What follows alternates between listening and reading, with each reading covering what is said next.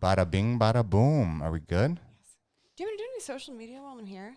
Yes, of course. Absolutely. Get it going. I would really love to do that. Absolutely. I would love for you to do that. Can you leave my freaking gym, though? I'm so happy about it.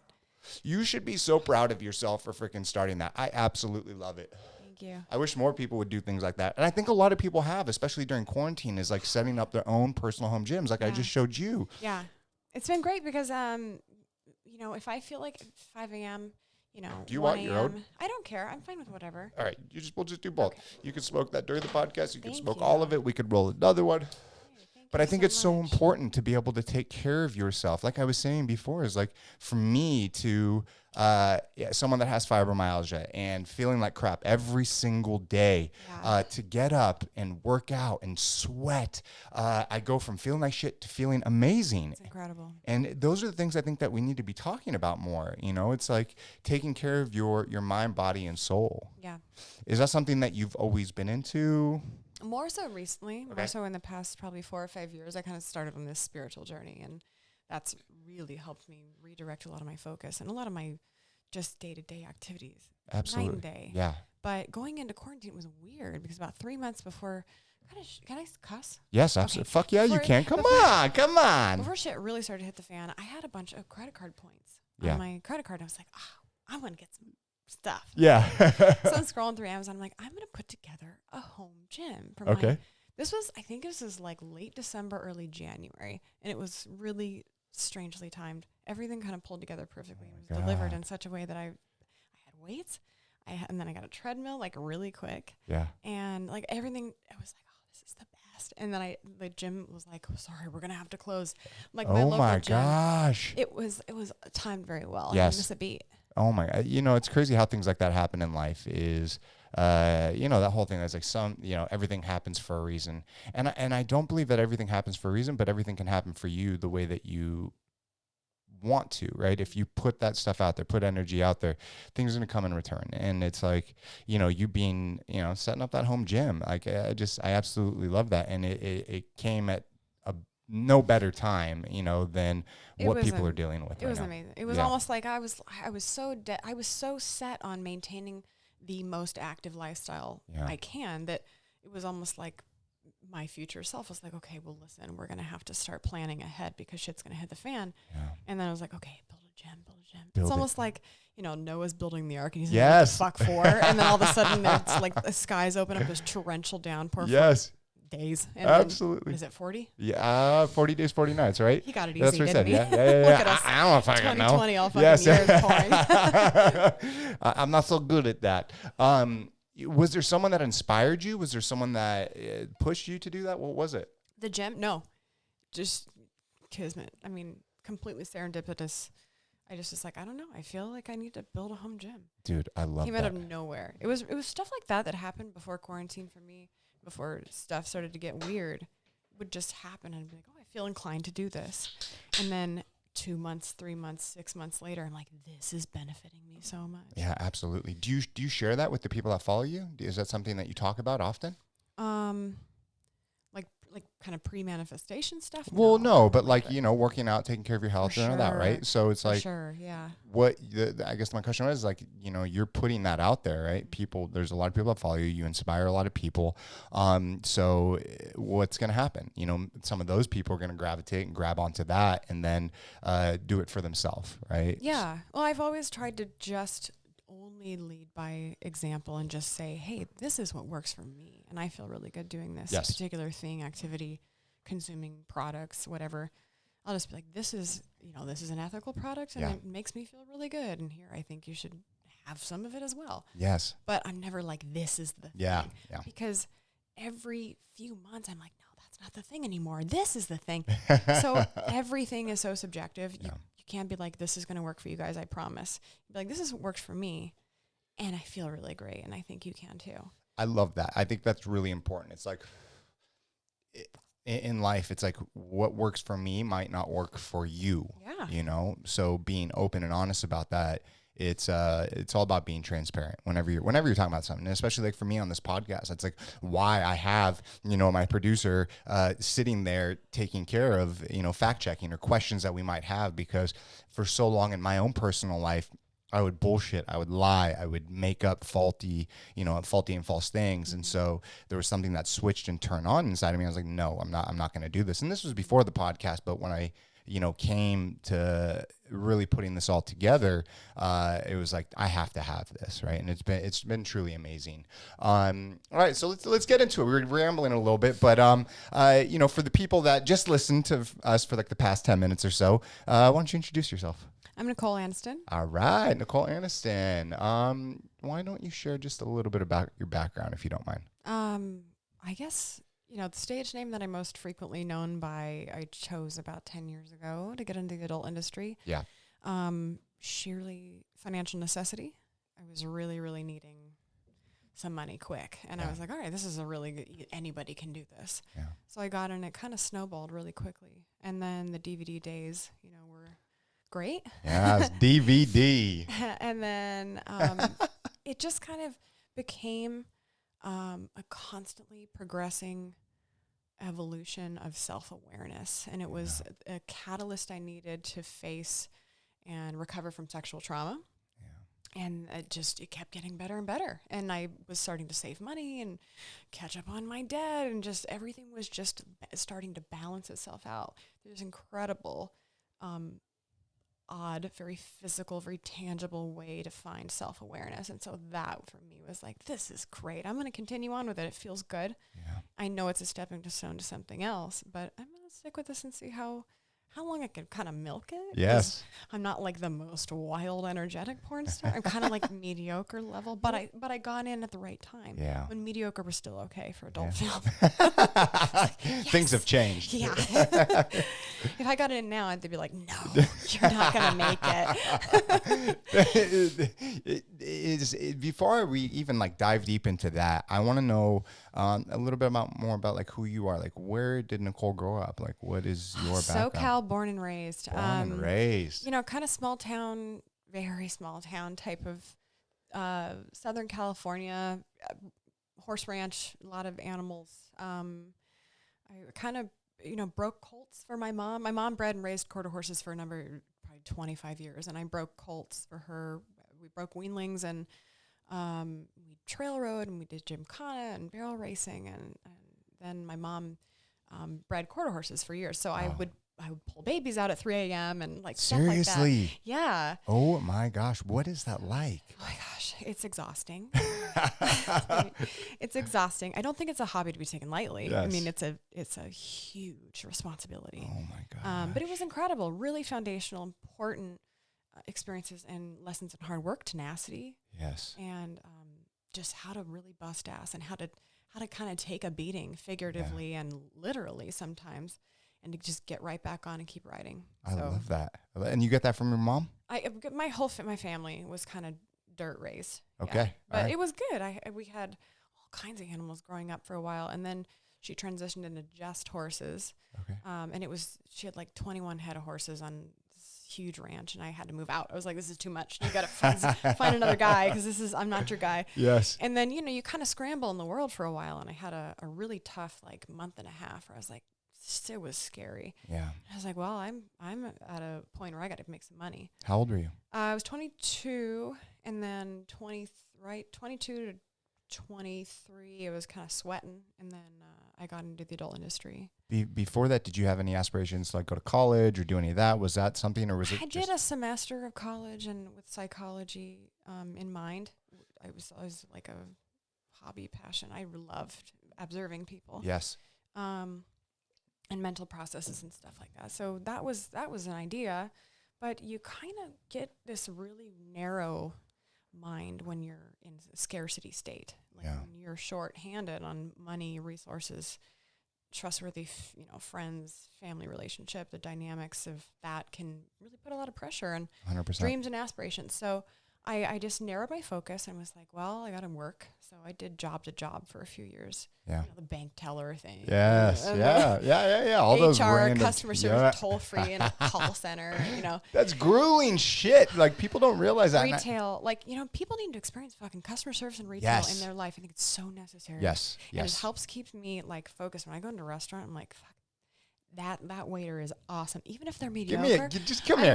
They Fucking need respect. a fucking tip big time. Yes. They're doing the shit that I chose not to do, and I don't have to do anymore. Yes. I'm so grateful for them. Yes. Doing it. Yeah. It's so funny is like, my friends, like for me, I was a hairdresser for a long time before I went to the business side of things. And, I understand what it's like to work those jobs, the Magic Mountain, the pizza, the delivery guy, the construction, like all the shit that I look at now, like I would never want to do that. Like never again. But those jobs not defined who I am, but they molded and shaped me as an individual. So now when I go to places like restaurants, whatever it is, where tipping is, a necessity, I go above and beyond. Same. As long as the service is good, right? If the service is good, I'm going to take care of you 20%, 40%, whatever it is. But it's the respect that I have. And so it's funny hearing someone else say, when I walk into a place, like, I know what that's like. I know the grueling and bullshit work that these people are doing. And I don't mean no disrespect when I say bullshit work. Like, no, it's just the stuff that everybody at some point, once they're not doing it, they're like, thank God I don't have to do that anymore. Yeah. A lot of us have experienced. Like, I remember my last week, this was like one of those things I think about all the time. One of my last weeks at the restaurant that I was serving at when I was 18, I went over to a table, large family, mothers and small children, and I spilled a whole round tray full of drinks all over them, all over all the children and these moms, and I felt like garbage. And so I was like, okay, wow. And I thought to myself leaving, if I'm ever in a position where I'm having like waiters and waitresses, I'm going to be like, this job sucks. Yes. I don't want to do this again.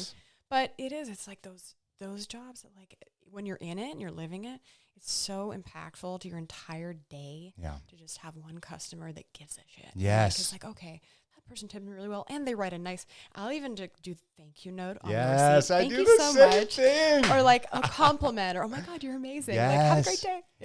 It literally changes the day for an individual. They could be having a shitty day. Even my day. It changes Exactly. my day. Exactly. Yeah. It's like what we put out there, we get in return so many times. That's why when I'm on the phone with customer service, right, I'm not the person to be the asshole, right? Unless I have to be, right? But it's still, even at that point, like, I don't like being that person because I understand what it's like to work those jobs. And they have to deal with so many people day in and day out that are just dicks. And the people that are dicks, it's just so funny to me because it's like the person on the phone, it's not like they're not the one causing the issue, right? They're not your dishwasher. No. Or your, hanger that got stuck on your kid's head, or like, whatever the issue is. They're not the thing, and they're not, you walked into the store and you bought that thing. Yes.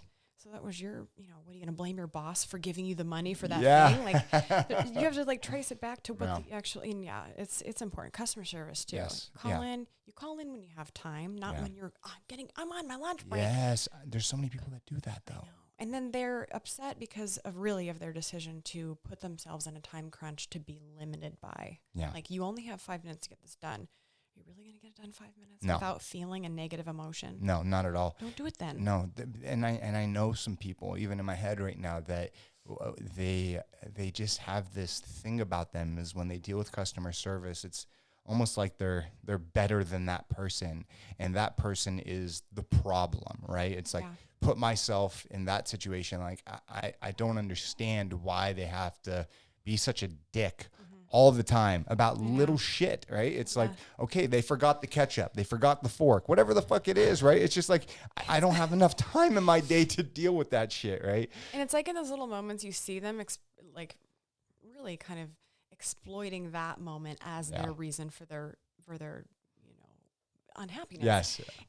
I'm sorry your unhappiness is making you treat this waiter like shit, but it's not the sandwich. No, it's your shitty attitude you came in with that has nothing to do with the service you're getting. It is. Because few and far between, right? There are times where there are just assholes, right? There's an asshole waiter, there's an asshole customer service, but it's like, if you look at it 100%, it's like 5% of them, if that, right? So it's like the 95% of those people, they're just trying to work. They're trying to bust their ass for a living. They're young, they're old, whatever it is. They got their own shit. And maybe even the person that's an asshole that day, maybe their parent died, maybe their friend died, maybe something happened, right? You have to be considerate and compassionate about 5%, because even in that 5%, that isn't 95% of their existence. That's 1% of their existence, and the 5% of people having that experience that you have to encounter in your pursuit for customer service. Yes. It's like they're like you said, you don't know people's circumstances.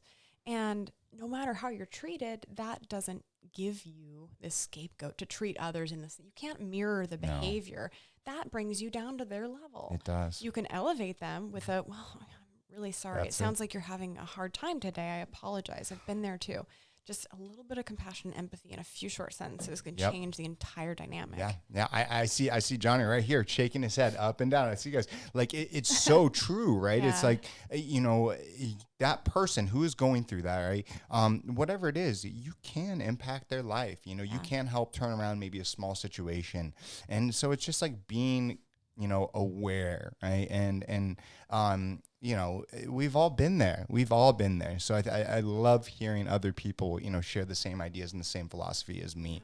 For you, before you got into the adult industry, right? Was it ever a thought? Was it ever, No, not ever. I remember having because I've had some kind of interesting, prolific experiences as a child growing up that kind of clued me in to what I'd be doing in my path and my journey. But no, even a couple of years into the industry, I was looking at myself like, what the hell am I doing? I don't know if I'm right here right now, why this is timed this way, if this is right, trying to figure out what right was and what wrong was. Because I'd never been responsible for my decisions in a really heart-centered way. And I had been just pinging my own existence off of my external reality. So just any conditional thing I could base my emotional state on, I just, whatever. So getting into it just was weird. I get it. I didn't expect it. No, not in this way.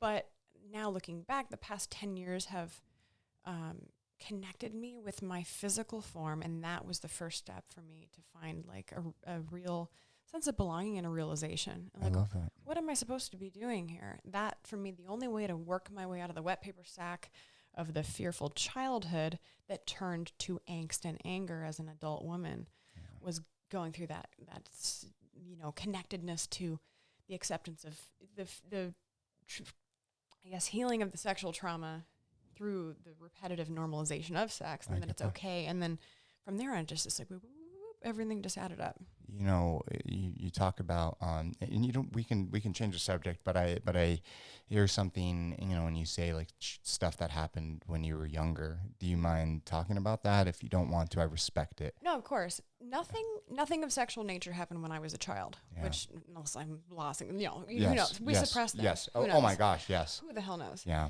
But no, it was for me growing up in a constant state of fear. And whether it's anticipating empathing another, growing a very empathic child, empathing the emotional states of everyone around me as how they felt about me. It was really like that confusion because you can't discern as a kid. Your mom's pissed at your dad, but it's around you and towards you. So you empath that 100%. So like for me, it was a lot of that, the really weird family dynamic. The being passed around a lot, and being around horses. Getting into some accidents as a kid with horses, kicked and bucked off and bit and holy shit. So you kind of you start to anticipate. Oh, what's the next point? What am I gonna have to anticipate negatively next? And then transitioning that fear into anger was my entire life until I was 26, I started to kind of just want to start to figure out what can I change to change things around. What did you do? What was it? Did you see a therapist? Did you? I tried a little bit, maybe 15 years ago, to kind of start working out those things. But for me, it took detoxing from, starting to learn about nutrition. And stuff like that. Detoxing pretty hard. But it's been a progression. It's been meeting the right people at the right times. A ton of psilocybin. DMT. And a ton of weed. Like weed, I think cannabis has been one of the greatest catalysts for my conscious evolution. That intermixed with a ton of really good DMT trips and intense amounts of microdosing have been amazing. My breakthroughs. have been just like those gateways to introspection, connecting with higher guidance, past lives, and reading and watching and listening to as much just huge variety of information, like human history and opening up, ancient archaeology and DNA and like I love this, like health and detox and nutrition and true human history, where we come from, learning about like the archaeological sites and the solar cycles and this 26,000 year period where they're coming back around and how things happen in a fractal pattern in this realm and the polarity of it all. So that has been that's been my greatest passion the past like couple of years, is figuring out how incredibly remarkable life is and how lucky I am to be here for it. Yes. You know, I talk about this often on the podcast, but I let it happen when someone talks about certain things. And you talked about psilocybin and DMT. Psilocybin and DMT for me has changed my entire life. Psilocybin has saved my marriage. It got me quitting fucking vaping just recently. Wow. LSD got me off of cigarettes. DMT saved my life when I was suicidal. And I talk about the importance, because what these things do is they open up your mind. They deflate the ego. They bring everything that's in the back and bring it to the front and allow you to face it head on. Yeah. I mean, literally, I just went on a psilocybin experience because I could not quit vaping. I was just struggling, and I tried. And I went on this trip. I was with my wife and my cousin, and we went to Joshua Tree.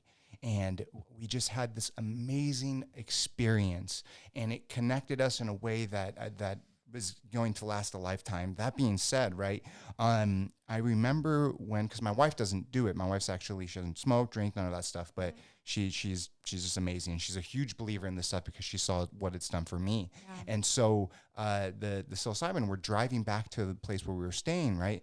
And in my brain, it's like, Brock, you got to fucking stop. You've got to stop, because I went to look for my vape, and like for the past 8 years, I was like, if I don't have my vape, I'm freaking the fuck out, right? I can't just put it down. Like I breathe more vape than air, right? Yeah. And at times, and so it was like, Brock, stop, and it was like, Brock, if you say this out loud right now, you're done. And so literally, I was like, I looked at my wife, my cousin was sleeping in the back, and I was like, I am done vaping. I am not vaping anymore. I am done. Oh my God, that's awesome. Have not hit it. And it's been a bitch. It's been hard. Don't get me wrong. But it's literally things like that, where like DMT, just in a nutshell, and I talk about it so much, and I'm sorry for the people that have heard this, is 3 years ago now, I was flying out to New Jersey for my birthday, right, to see my mom. She lives on the East Coast. And my wife and I are there, and on the flight, I just started throwing up uncontrollably. I could not stop. We get to my mom's house, and I start bleeding out I went to the bathroom to go poo. I started bleeding out my butt. Sorry. And that being said, I get to the hospital. My blood levels are so low, so they have to give me blood transfusions. I have multiple transfusions. I'm there for a few days. They release me. I fucking go to get medication. I faint. So then I get brought to a better hospital. And so I go through all of this shit, right? Blood transfusions. They can't figure it out. And then I catch this, I get sick inside, and I get rushed into ICU, and I get put on life support, trach, the whole nine. They brought my wife to the back. They were asking her to like sign the paper, like all that shit, right? Wow. And while I'm in ICU, my wife knew that for me, like surprises and my family mean everything to me. Yeah. And so obviously this is going to happen, but she left. She's like, Brock, because she stayed by my side. She slept by me every fucking night. And so she's like, Brock, I'll be back. I'm going to go shower at the hotel. Mm-hmm. And so she leaves 3 hours later, right? Because I'd been in the hospital now for like 2 weeks. And 3 hours later, come walking in is my brother and my sister, and they flew out. And right, looking at it now, it's like, of course they're flying out. But for me, I wasn't, comprehending things. And so I had no idea they were coming. Literally, their love, within 1 day, I'm out of ICU. 3 days later, I'm out of the hospital. My blood fucking stops. They figure out that a medication that I was taking kept on tearing the lining of my stomach, like all of this shit, right? Oh, yeah. So I get out of the hospital, right? And I don't understand, because I had made peace with my death. Like, I seriously thought, I was like, this is it, Brock, you are done. And And so I get out and I'm just like, I just can't stop crying. I'm like freaking out. And like for my job, I have to fly a lot. So I get back to California. It's like 2 months later, I'm flying out to New Orleans and I'm still like fucking freaking out. Can't comprehend shit, do my job. That night, right, I drank a little too much and I freaked the fuck out. And I was like literally contemplating death. And so I pulled a Britney moment. I shaved my head, my eyebrows, my beard. Like I literally had like, I just broke out, right? Yeah. And I get back home. And so I call my friend and I was like, dude, I'm literally like, I don't understand why I'm alive. I'm literally about to end everything. And I was like, I want to do the DMT, right? Because I was finding the right moment. Yeah. So I go to his studio, right, where I recorded music as a kid. And I remember laying on the bed. I take my first hit, my second, third. By the time I get to the fourth hit, I fall back and I get transcended into this world where I feel like I'm completely naked and I'm floating. And I know that I have clothes on, but I felt like I didn't, right? And I was the scaredest I'd ever been, literally the scaredest I'd ever been. And I'm looking up and I see my dad, and my dad died when I was 17. And I look up and I see my dad's eyes. It was just his eyes. And I was like, Dad, I'm done. Like, I just want to kill myself. And he goes, Brock, it's not your time. You have a lot more to do. And when he said that, I came out like that. And those feelings of wanting to kill myself, end everything, gone. Yeah. I was ready to fucking work on the shit I had to work on. Yeah. And that is the power of some of these things if done correctly. And in the, giving yourself the time to assimilate, because I know that DMT takes a few days, doesn't it? Well, no. For you too? It takes to fully absorb. Oh, hell yes. The entirety of what you've experienced and encountered. Yes, 100%. Even 30 minutes after you wake up, you're coming back to your body.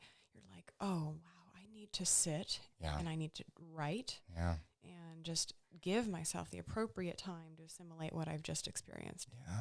Because it's a lot. It's transcendent. It is. It's so weird, and it's so amazing to see Oregon literally just fucking they decriminalized all drugs, right, which is amazing. And then they legalized for therapeutic use psilocybin. Yeah. Right. Can you please fact check that? I know I'm correct on this, but thank you. We're just talking about that. Literally, and it's like amazing. It's incredible, and I think.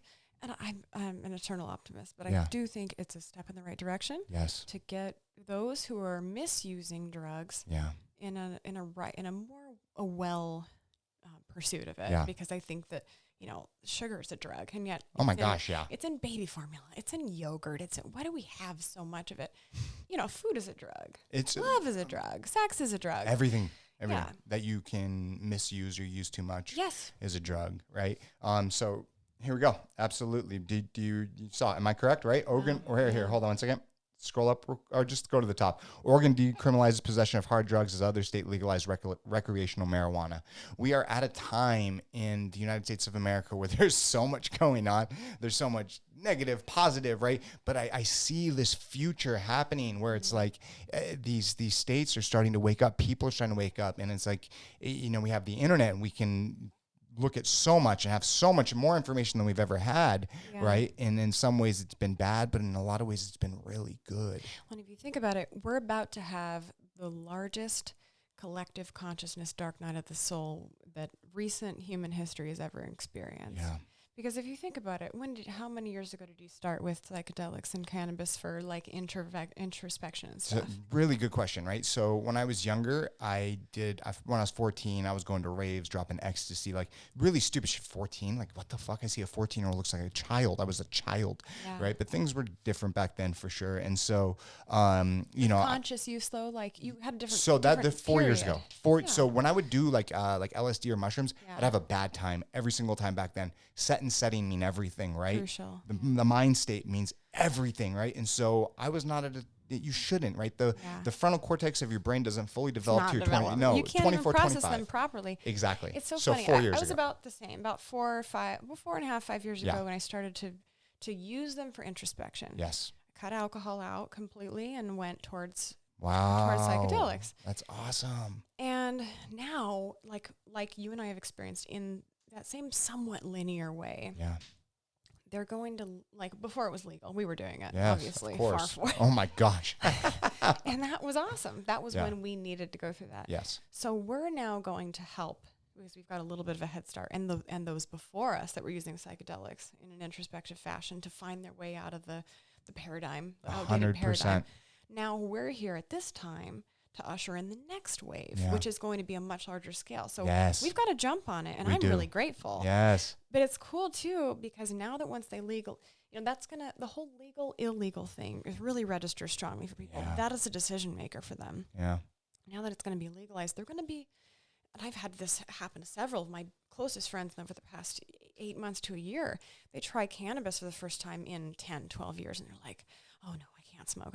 And now they smoke or they take an edible, and they're like, I had the most crazy breakthrough, Yes. or breakdown, or collapse, or question, Yes. or internal debate. People are starting to be more susceptible or more willing to possibly integrate a psychedelic Yep. or a drug to help them. 100%. Now, Not the collective is ready they for the are. legalization of cannabis 100%. Well, and psilocybin. we for so long have had the pharmaceutical companies, right, giving these medications that don't fucking cure shit, right? Most medications don't cure. They just prolong, fix, it's a Band-Aid, whatever it is, right? So now we have these tools, right, that we can use as a collective society to really push the needle and open up. And so for me, all I know is my experiences. And I know that these psilocybin, LSD, DMT has been the biggest, it's moved the needle the most out of anything I've ever done. So real quick, and I'm going to share one last story, and then I'm going to let you share all your stories, right? Or some of it.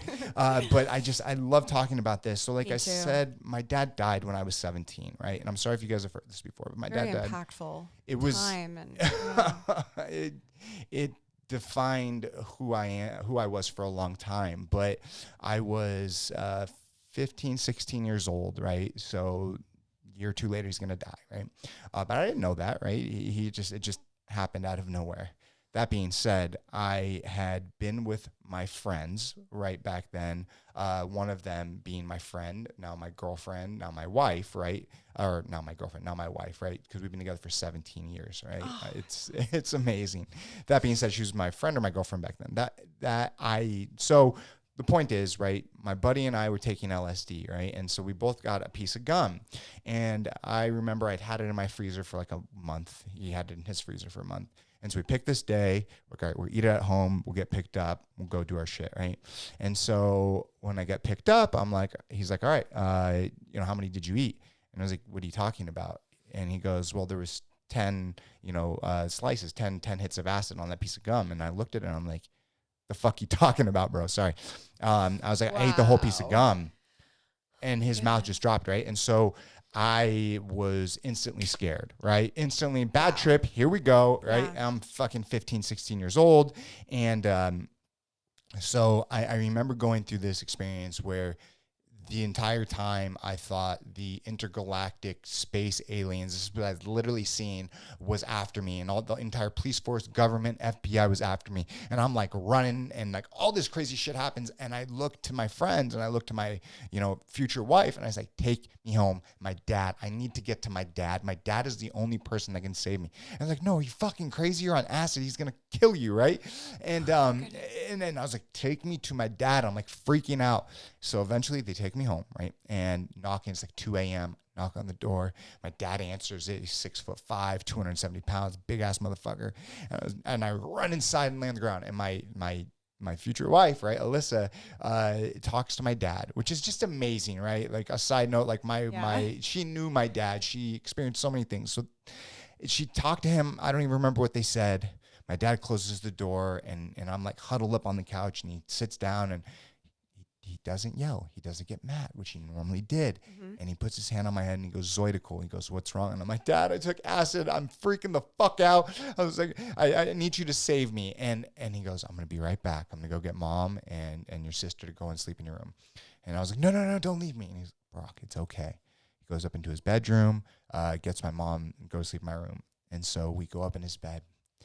It went from the worst trip of my life to the best trip, because what had happened is we get into his room and I'm seeing this space battle happening on his ceiling, all this crazy shit. And he's asking me like, Brock, what are you seeing? And we're laughing and joking. And just like the entire night was fucking insane, right? I'm like 15, 16. So he passed out at like 6 a.m. I remember before I passed out, I'd always go into my room to check on my mom, and her face was fucking melting off, puddles. Like, it was just crazy. And God. I fucking end up passing out. And the next morning, I wake up, and he's standing over me. And he just starts yelling, what the fuck? Blah, blah, blah. Grounded my ass for like 2 months. It was the craziest shit, right?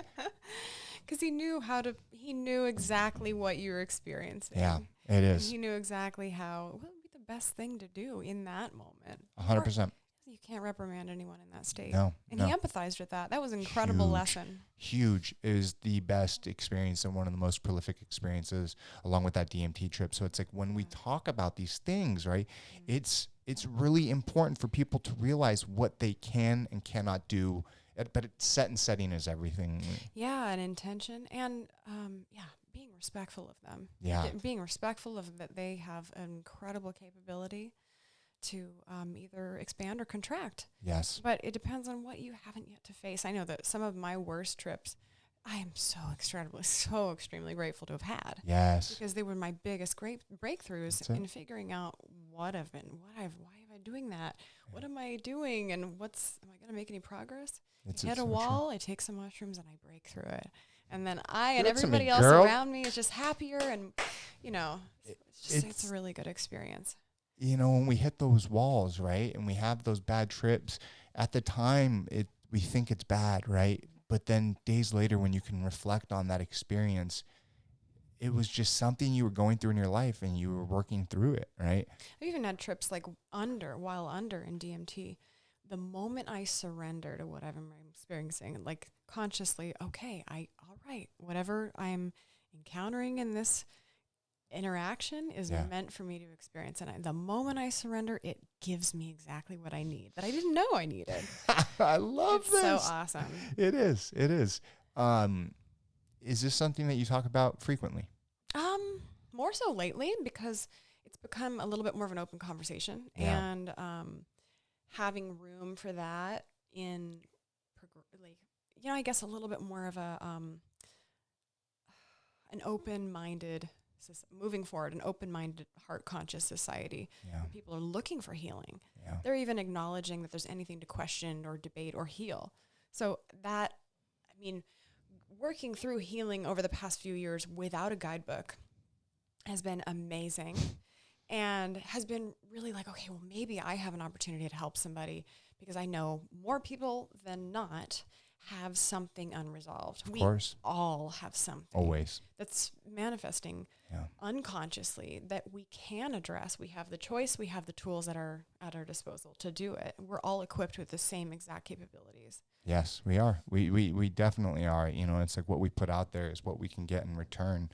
We are at this time in our life where I do believe things are changing. People are waking up. People are being more open-minded. Yes, there's crazy shit. Yes, there's chaos. But this is the best time that has ever been to have been alive, right? Yeah. Like, we have the ability to do whatever we want and experience whatever we want, and get things at the press of a button, get food, fucking this, that, and the other, right?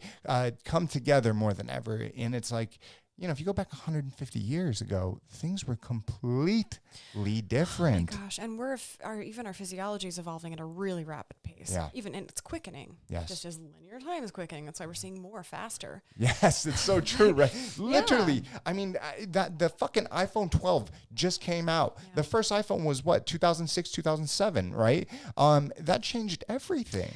Culture. Absolutely. Yeah. So it's like, we can either go this way or that way, but I believe that, if you look at things from a macro scale, where we get these hiccups, but then we pull out. We get these hiccups, and something happens that directs us.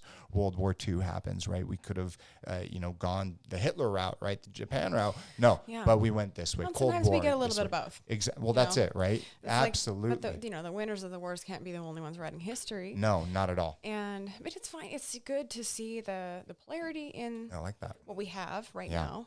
extremely polarized. Yes. And it's great to see the fractal nature of expand, contract, expand, because that's what systems do in this realm. Is we have chaos and then we have order, then we have chaos. Yeah. But you can't just. It's not overnight. No. And time's not really linear. And there's all these other possible factors at play. So it's like there's this. It's just a lot going on right now. It's the most incredible time I've ever. I'm so glad I'm incarnate right now. I'm just really grateful when I really think about it on the macro scale. I can't believe I'm here right now. Yeah, I know. Awesome. It's amazing. It is. It's everything. I mean, although there's a lot of shit going on right now, and some people go through it worse, some people go through it better, but you know, if you have that positive mentality and you have the ability to just really manifest and see things, you know, you can change your life. You know, we have the ability to. For you, when you were younger, had you experienced any of these things? Did you use any drugs? Were you partying? No, I wasn't partying. I drank when I was 20 for the first time. Holy shit! Nice. So I held off for a while, Yeah. and I was really slow to get into cannabis. Keith actually got me into smoking. Good friend. And mushrooms, actually. Mad respect. So it took a lot of, you know, some challenging experiences interspersed with being at, you know, I turned molehills into mountains. Yeah. And not being able to get anywhere any faster and thinking, how can I fast track this? So I started with detoxing, thinking I'm going to detox all of my glands, and I'm going to, you know, and then I'm going to read books, and then I'm going to watch documentaries, and now I'm going to read more books. And then the detoxing led to the search for wellness. And then the search for wellness led to hitting a wall. And then the wall led to psychedelics and cannabis, heavy cannabis use, and a lot of variety. And it's been great. Yeah, you've been open. When when you first got into the adult industry, right? How did your family take it? The people around you? It was harder for me to tell them than it was for them to receive. Ooh, I like that. Because I created it. Yeah. I also created the last job that I had that I hated, then the one before that I hated even worse. So I created each opportunity for myself, and I was like, well, I got this friend and he shoots porn. I don't know. I'm not really a sexual person, but I need money. Yeah. So let's give it a shot. And that inadvertently ended up turning my life upside down in the best possible way, because I did suffer through all of my manifesting for a few years. I was cycling back to the same patterns that were no longer serving me, but I continued to fight back into those cycles because I couldn't find my way out. Right? Yeah. It's funny, like you see like a dog in a small pen, and they'll run a circle in the dirt. You know what I mean? If they're penned up for too long. Yep. Round and round, and they never change direction. Foxes will do it if they're in confinement for a long period of time. Fish, dolphins, whales, come obsessively, dolphins, whales. Yeah.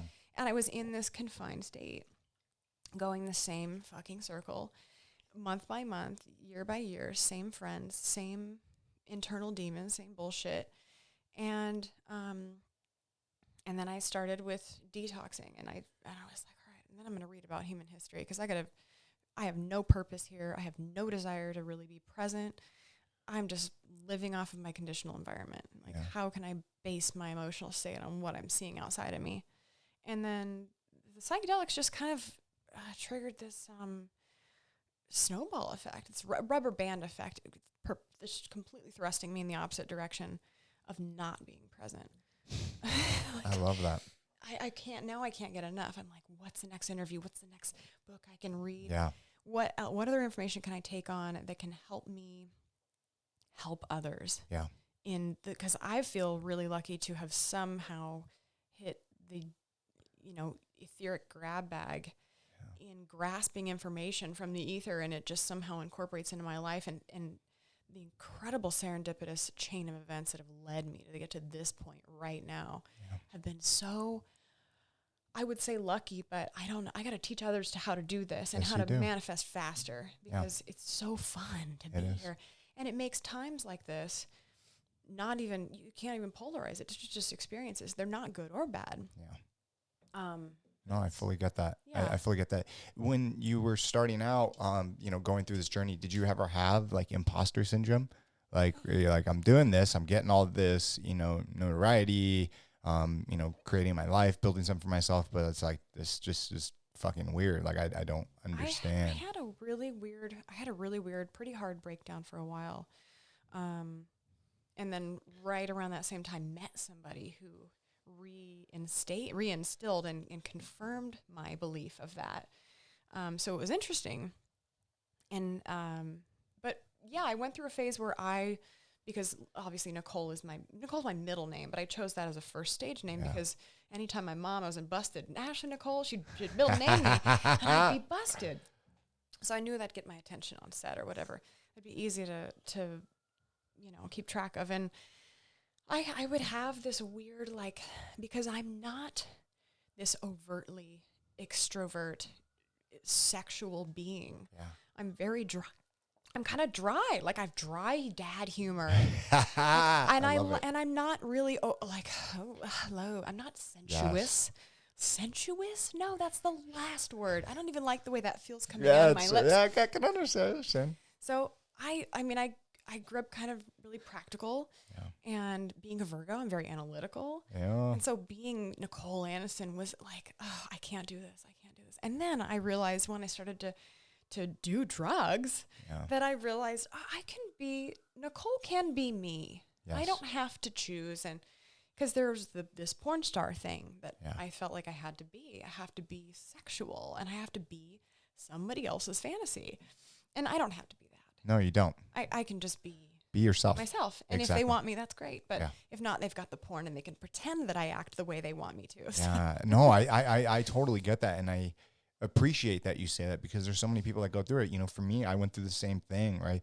But it's like when you get through that breakthrough, right? When you can see who you are as a person, live your life on your own fucking terms, because so many people are just stuck in that repetitive circle. And it's like when you have the ability to break out of that, anything is possible. Yeah. Anything is possible. We're so set on self-limiting beliefs. Yeah. And it's misperception completely. 100%. And it's an underestimation of something that you've based your own, quote, worth. Yeah. I hate those words. I hate worth and I hate deserve. Yeah. You don't deserve shit. Yeah, deserve. Like as if someone's dangling the carrot over you. Like Fuck that. You need to earn something from them that they're withholding from you. So that's like the perpetuating the scarcity mindset. Like you don't need to do that. No. There's no limitation. No. We're in a very plentiful universe. I'm a strong believer in that. So I've never tried to when I hit that wall of, I don't know if I can be Nicole Aniston or if I can be just myself. I had to stop comparing my situation to the way others were living and acting, and that comparison, that'll get you. Absolutely. 100%. And going through this and, having to turn that light on when, you're creating your work and you're creating your art, right? In your own personal life though, has that, spilled over or, are you two different people? Like, have you been able to, say, now this is me there, this is me out of it? Does that make sense? Yeah. I would say that there's the me before. I'm gonna move this closer. Sorry. Okay. Oh, thank you. Yes, you're welcome. Sorry. I think there was the me before introspection and the me after. Yeah. I don't really know that there was like an industry. I think the industry was the beginner catalyst into those dark places I didn't want to look at. Yeah. And then the psychedelics were like on the sidelines, and then guys running for the goal. Go, go, go. The psychedelics are cheering me on. Like, Yes. So I think it's everything all together. I think it's eating clean. Yeah. I think it's on your darkest days, seeking out wellness. Like, okay, well, I don't see any lights on in here. Let me go find a switch. Absolutely. You got to change the bulb. The bulb's out. You got to change it. Are you happy? Are you proud of yourself? Incredibly. There we go. Yes. Yeah, but not for the stuff that people think you should be proud of. No, fuck that. Yeah. For the stuff that man, I remember there was just, this one mushroom trip I had, and I woke up one day and I was like, my cats have their room in my house. Yeah. They have like the cat room. And I was like, I'm getting up and painting the cat's room and painting the girl's room today. Yes. And I was like, I took all these caps and I was like, okay, here we go. And I got probably 2.5 hours in, and I just lost it. And I don't think I've ever cried harder. Besides when I broke a toe. I broke this toe one time that I cried pretty hard, but sure. It was crazy. But I cried and cried and cried. And then I went under the hallway and I put the paintbrushes down and I just was like, and I've had this breakthrough, this crazy childhood trauma type breakthrough that I was perpetuating. And it was so moving. And I just lost it. I was like, that's why. And then for the next hour long, 2.5 hours it took me to finish the painting, I was just, yes, I felt so free. Like for those moments, I'm proud that in that moment I had the strength to face something that I never thought I was going to be able. Little stuff like that, overcoming trauma and really finding just an incredible joy in just being present and being alive all the time. Who you are. And a love for people. Because I, for a number of years, I just was the biggest just people eater. You're just a hater. Hated them. Yeah. Every flaw I could find in them was just like so apparent to me. It was in you. It was me. It was me hating the anger and having so much to be fearful of. Yeah, that's it. Not working through those fears and stuff, because fear just translates into anger. It does. It does. I was so scared. That's with so many people, right? We were talking about at the beginning of the podcast. It's like those individuals that are just upset and not proud and just haven't worked through their shit. What it does is it's a reflection of how they treat other people, you know, and I've seen that so many times. And I'm just like, sometimes I'm like, at this point in my life, I'm like, God, what? They just need one good mushroom trip. They just need one good fucking mushroom trip. And it helps you in instantaneous forgiveness, too, because you can empathize with them. Like, you get a mean comment on something, and it's like, oh, I'm sorry that your unhappiness causes you to treat me this way. That's got to be hard, though. Like, I mean, on occasion, if I lower myself to match their vibration, then it does. But if I stay in this elevated state, then I think, well, I've been there. I've made, I maybe have not have typed it out in response to something, but in my head, I've had these unsolicited negative opinions of someone who I see successful, happy, or enjoying their life. And it comes down to the fear, resentment, jealousy, whatever. You don't want their thing, you want their joy. Yeah. And I understand that it's really probably very threatening for a man 40 plus years old in, whatever state to make a mean comment about a scantily clad photo of me, because he sees me boldly enjoying, almost in his perspective, probably boastfully, but boldly enjoying my sexuality, my freedom, and financial competence, whatever it is that he feels that he doesn't have, or that he deserves more than me, or whatever. The whole deserve and the worth thing, people have got to just take that out. Just stop, and that's such a good point. We're at a point now where, like, we just freaking nominated a black woman vice president. That 100 years ago in the 20s, right? The 1920s, things were so fucking different. I know. Right? And so for the first time ever, right? And it's like an up and down, some good, some bad, but like women are having more and more of the same, opportunities, as men have had for so long. And, for you, and it's not everyone, but I do believe, 10, 20 years from now, we're going to be looking and like women are just going to be exactly the same. Right. Yeah. But, it's really amazing to see. And so for you to post a risque photo of yourself being happy, being confident, and that 40-year-old man living in Kentucky, where the fuck he lives, right, writing a stupid negative comment, upset at his own life, fuck you. Fuck you. But it has no real comparison, or it doesn't degrade you as a 40-year-old man living in Kentucky. My photo and my joy has nothing to do with bringing you down. No. But it's just I'm projecting that I feel that you're bringing me down, but that's the best part about it. It is, because it's nothing that we do. No, nothing that we do to welcome. Please tell me something that you hate. 100%, 100%. And the crazy thing is, like, if you guys were face to face, that person would never say that. Never. Never. We would have a very cordial interaction. Yep. There would be no sexual commentary, no hateful, nothing. It would be, oh, hello. Yeah, hi. exactly. It would be very much like we're having now. Exactly. And maybe if you guys talked, you'd find a lot of similarities, right? So, like tons, exactly, tons. And then that person would have a different perception about you, right? Because, you know, what these individuals, the male individuals most of the time, think of women, you know, when they're in the adult industry or, you know, at a level of success that you are as a human being, it intimidates them, right? And they need to you know, prove their self-worth or prove their deservance or whatever the fuck they got to do. Well, it's like, if you're not going to meet and date a porn star, you're not going to. Yeah. You're not missing out on not dating or fucking or hanging out with a porn star. No, you're We're not. just people. You are. And you're probably going to have a way better time at home with your wife, who you're already married to, already knows you. Yep. Who, you know, there's no comparison at all there. Not just at all. a person. You are just a person. But you do bring a lot of happiness to people. There's a lot of negative. I hope so. You really for hope. Sure you do. Come on, you know it. I had a guy come up to me 2 nights ago in the middle of a bar, and he goes, "Are you Nicole Aniston?"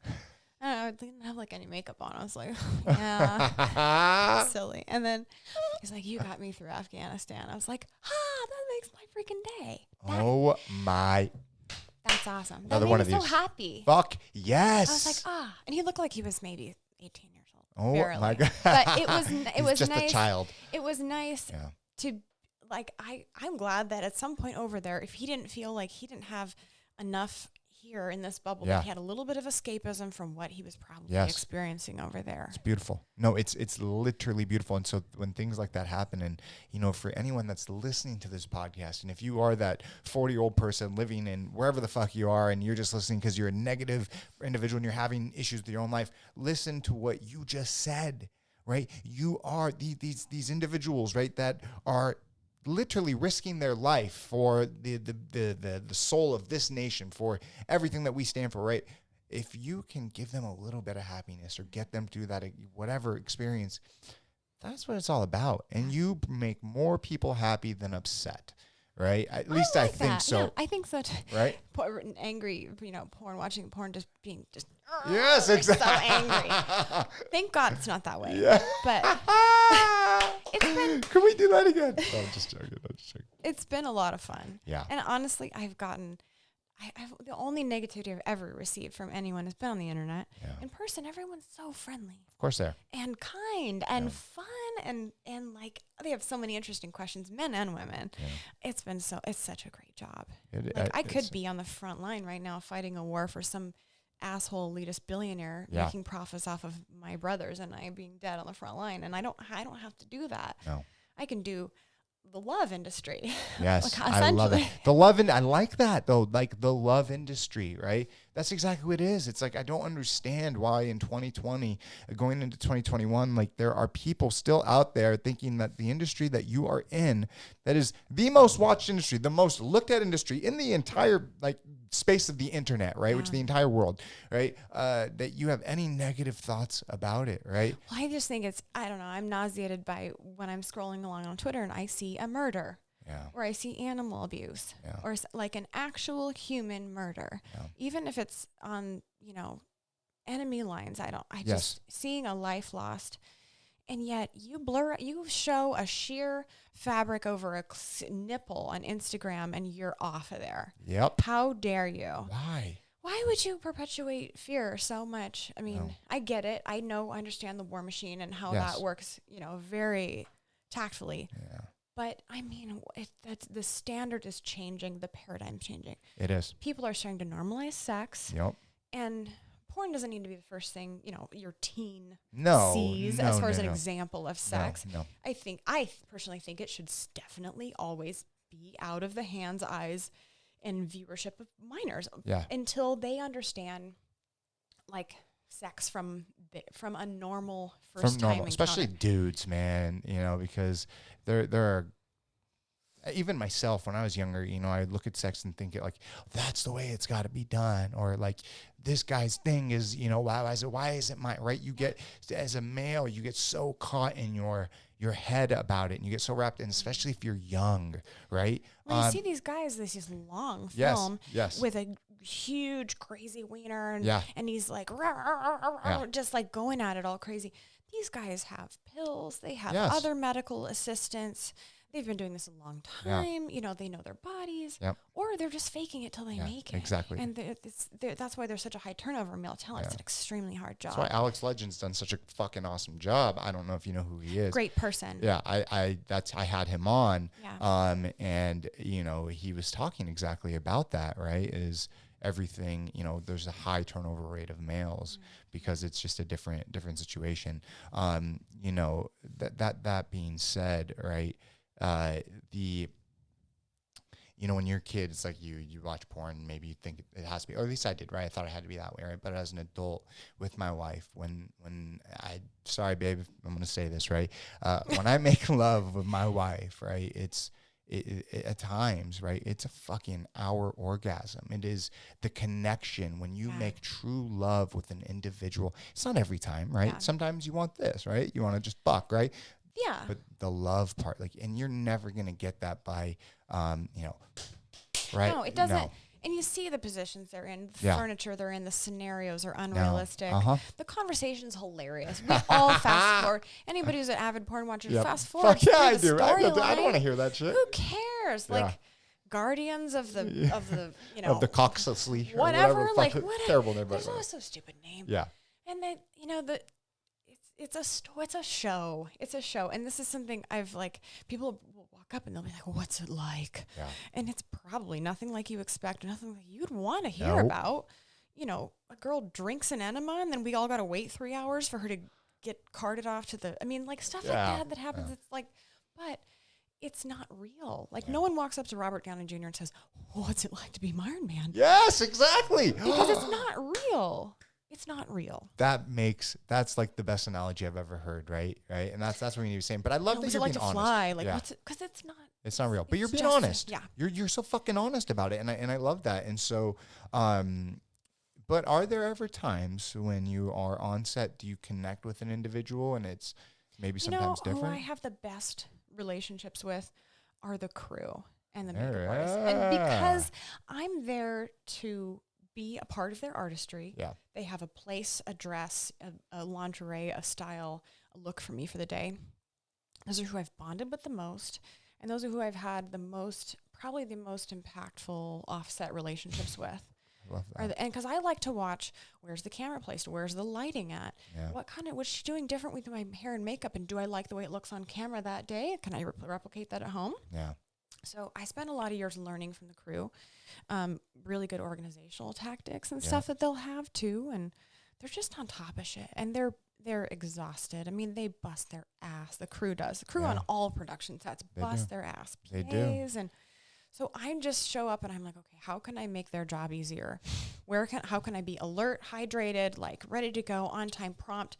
I want to get the show on the road because everybody's like, the makeup artist has to go over to her kids and get her the ex-husband, and they got the groceries, and the other one's got the PTA meeting in the morning. So it's like everybody's there just to get the show on the road. Dude. And so that's what I've bonded with the most over the years.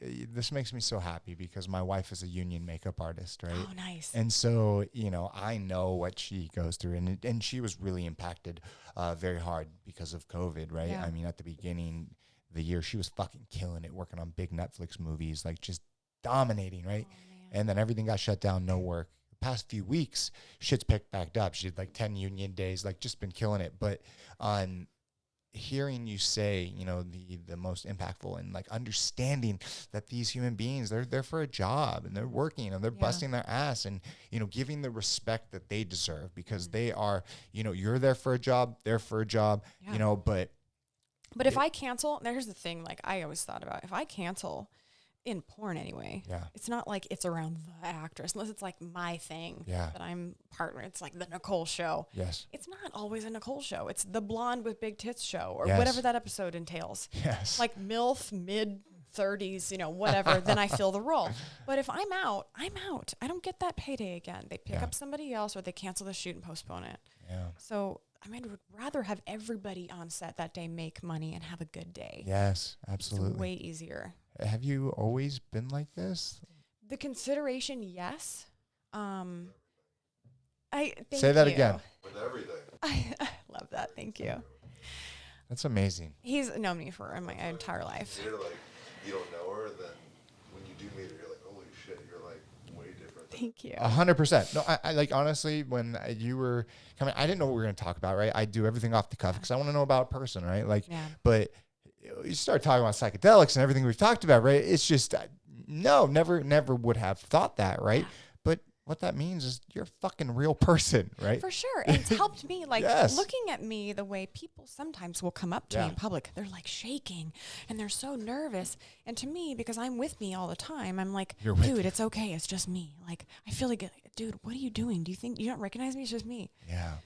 But there's some kind of weird, like, if everybody, you know, not everybody can go through my particular linear path or anything, but if everybody kind of just like realize that everybody's just a person, and the people that put on the show and like, I am this person. Yeah.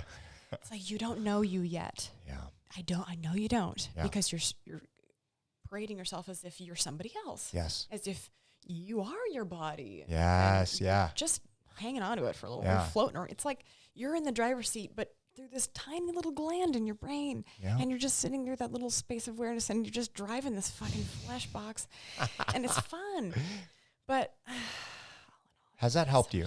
No, has it helped you, like, you know, in your line of work, being just real? Like, because when we started the podcast, right, like, if you started today, things are way different, right? So you've built a brand, you've built, you know, who you are, right? Nicole Aniston, right? Has that helped you? I've had the basic foundation of being a pushover, being a people pleaser, went too far, figured it out through some introspection, psychedelics. And then now I just like, I know that I have passion for that. I love being a host and I love helping people. And it's not like conditional. It's like, if I see somebody, I'm like, oh my God, I can help them. Yeah. Make a call really quick. Hold on. Yes, I'll figure it out. I just like, I got to figure shit out. If I see a hole with a void I can fill, why wouldn't I do it? It's honestly, it was a pushover thing. And then it was like, how can I use this innate desire, this need to help in all ways, fill the void that I apparently feel with the need to help? How can I give it and get it and give it and give it? 100%. So when I do something nice for somebody, I get this little rush. Yes. Like, oh yes. I felt so fucking good. And I don't tell anybody about it. No. I love you being honest about it. Yes. It's like when sometimes I'll like get a ride to the grocery store after having a big fucking edible. Yes. And I'll go grocery shopping really high. And then I'm like, nobody knows. Yeah. That's the same. Like I'm an introvert and I love my little secret adventures that I have. And that's when you gotta like, people need to start doing, I think, more of that. Is what are you getting out of it? Are you having fun? Are you enjoying yourself? Yeah. Nobody needs to hear about it on Facebook or Twitter or Instagram. Exactly. You can just have your little fun time. Yes. Your experiences and your things. Like when we go out, you know, we just like, we leave our phones. Yes. We just be like at the mall, like looking at dumb shit for 3 hours, high as fuck, like not documenting what we're eating. Being in the experience, being in the moment. Yeah. Right? Yeah. So many people think that they, you know, need to throw everything online, right? And that's that's tough. like, come on. You know, when I was going through that experience when I was in the hospital, right? I didn't post one fucking thing about it. I didn't say anything about it. The first time I ever came out about it was through this podcast, like 2 months ago, through a post that I did, where it was me talking about it in the video, right? And I had all these people reach out to me, Brock, are you okay? It was like 3 fucking years ago, right? But for me, my shit is my shit, right? I don't need to put everything out there, right? It's like, it's so terrible, weird that there is this need to like, this is me, this is what I do. It's like, no, Instagram, social media, it's fake. Come on. It is fake. But it's amazing at the same time. So. Oh, it's wonderful. Yeah, it's a beautiful way for us all to connect for the first time, all at the same time, to everyone in the world. I feel so blessed to do that. But it's tough, like when it gets to that point. I think there's the polarity of it. The people who need to post everything out of, okay, I don't know what I'm doing is good enough for whatever particular perceived standard that I think I need to live to. I'm going to post this and see what number can I equate to the validity of my actions and choices. And like, okay, let me get this down. 4,000 likes in 10 minutes. Oh my God, is that enough? Is it the algorithms and likes? And I mean, Instagram's a great place to sell stuff. Oh my That's gosh. about it. It's exactly. That's it, right? It's and it's cat, a tool. well, occasional cat video. Yeah, well, Fucking cats are so TikTok cute. though is And great for that too. dogs. Watch videos are cat videos. Oh my Talking to God, that cat fucker. videos. That's all. That's the only thing that they're most necessary. Yes. Cat videos. Cute Yeah, little dogs. yeah, they are. Dogs of Instagram. Yes. But I love animals so much. Me And too. it's so funny like how everything is evolving kind of along the same timeline. Like we're getting smarter, more conscious, more Yes, mindful. we are. It seems like our animals are doing the same. They're Yes. moving more up into like a human consciousness. They have little egos. Of course they are. Little personality traits. Evolution. Yeah, Come it's on. so wonderful to see them have such little human interactions with each other and You're with us. saying that. It's so true to think about that, right? Because like if you believe in Darwinism and if you believe in evolution, which I hope that you do, and if you don't, that's your own problem. But we don't stop, right? It's you're not going to see it on a day-to-day level, but if you even look at your own life from a macro level, you're definitely evolving, right? And so then on the bigger scale, we're all evolving. It does not stop. So then if animals, dogs and cats are around humans so much, what does that mean? They're going to start picking up traits and, through hundreds and thousands of years, a dog and a cat, then maybe one day could have, we could talk together or whatever the fuck it is, right? Yeah, well, there's already speech therapists and like even Darwin was a little bit like towards the end, his latter stuff was like, oh, I don't know if I believe that or anymore. I know. Which was kind of cool because it helps us all show that you can have theories and stuff, and they change as time changes. Yes, not anything is set in stone. No, nothing but is. You're right. It's so great to see them, these little, what we would call human interaction, and these incredible, intelligent personalities. And they have these speech therapists that I've followed, actually a couple on Instagram that are partnering with their dog or their cat to find ways to use this device to map out little buttons that the dog or cat can push. Have you seen this? What's it called? They actually communicate. Stella. They actually communicate, like if they want to go outside yes. and walk, they're like, I'm hungry. Yeah. Mom, I want to go. Pull this up. Yeah. Pull this up. What's it called? I love this one dog, Stella. The white one, right? Oh no, there's a dark dog that I love that she has a board with a bunch of buttons on it. Oh my goodness, it's Stella. Stella's Talks, or there's the ape, right? Did you guys know about the ape that it passed away, but it had it could sign over 2,000 words, like have full conversations, right? Coco. Coco, yes. You're so incredible. Smart. Yeah, when that cat died, she was so sad, and it's just amazing to see that these animals. I mean, that's nuts. But I want to see this. Okay, what's it called? Dog Talks. Actually, cats too. Press on this. Yeah. Here we go. I'm clicking on it. Let me see. Actually, I might be able to pull up. This dog is so awesome. Stella. Oh, we're not going to be able to hear it, I don't think. Oh, poop. Hold on. All right, you pull it up on your thing because we're not going to be able to hear it on this. That's one thing I need to set up. Here we go. No, but I love that you know all of this, right? And I think it's really amazing to point watch out. it. Yeah, I think that's why we're suddenly so enamored with animal videos, because we relate to them, and you see there's a lot of chaos going on right now, but in general, the compassion and empathy for animals is going through the roof. You see a huge vegan movement. It's crazy. And vying for the environment and being more eco-conscious. Be more mindful, right? Being more mindful of other beings. Exactly. The lesser, consciousness being, not lesser consciousness. That sounds hierarchy, but I'm better. I'm better than you. Yes. Yeah, you know what I mean. But the I guess lower level consciousness beings that we share this realm with, we have to be conscious that they are conscious. Yeah. They have feelings and emotions. They cry. They are excited. They're learning. They recognize faces. It's so crazy. It's so crazy. But you just pointed out something with veganism, right? For me, for years now, I was 100% plant-based, but now I'm 90% plant-based, all my food, and I'm 10% only wild caught fish, anything wild caught, maybe even 95% plant-based, 5%. And I went that I was 100%, but I was having issues with my gut biome. I tried so many things. Yeah. I incorporated a little bit of fish. It will not be, factory farm. That's just me, right? And I don't push this on anyone. I barely actually talk about it, unless someone brings it up, but it helped change my gut biome. I got, what I needed from that, what I wasn't getting. But we are seeing this shift, this total consciousness that's being more aware of the environment and people around us and animals. Yeah. So that's such a good point. Well, What's up? As we evolve, Sorry. everything else is going to evolve too. It just doesn't stop. Yes, sir. Okay, so while we were talking about Closer. the animals communication, with humans and like the buttons, Yeah. and that kind of stuff. I actually got your fact check up there already too. Oh, yes. Oh Let's shit! see. I'm gonna read this. I'll read it. Yeah, just because it's louder. The cat. Here we go. The cat's meow is her way of communicating with people. Meowing is an interesting vocalization, and the adult cats don't actually meow at each other, just at people.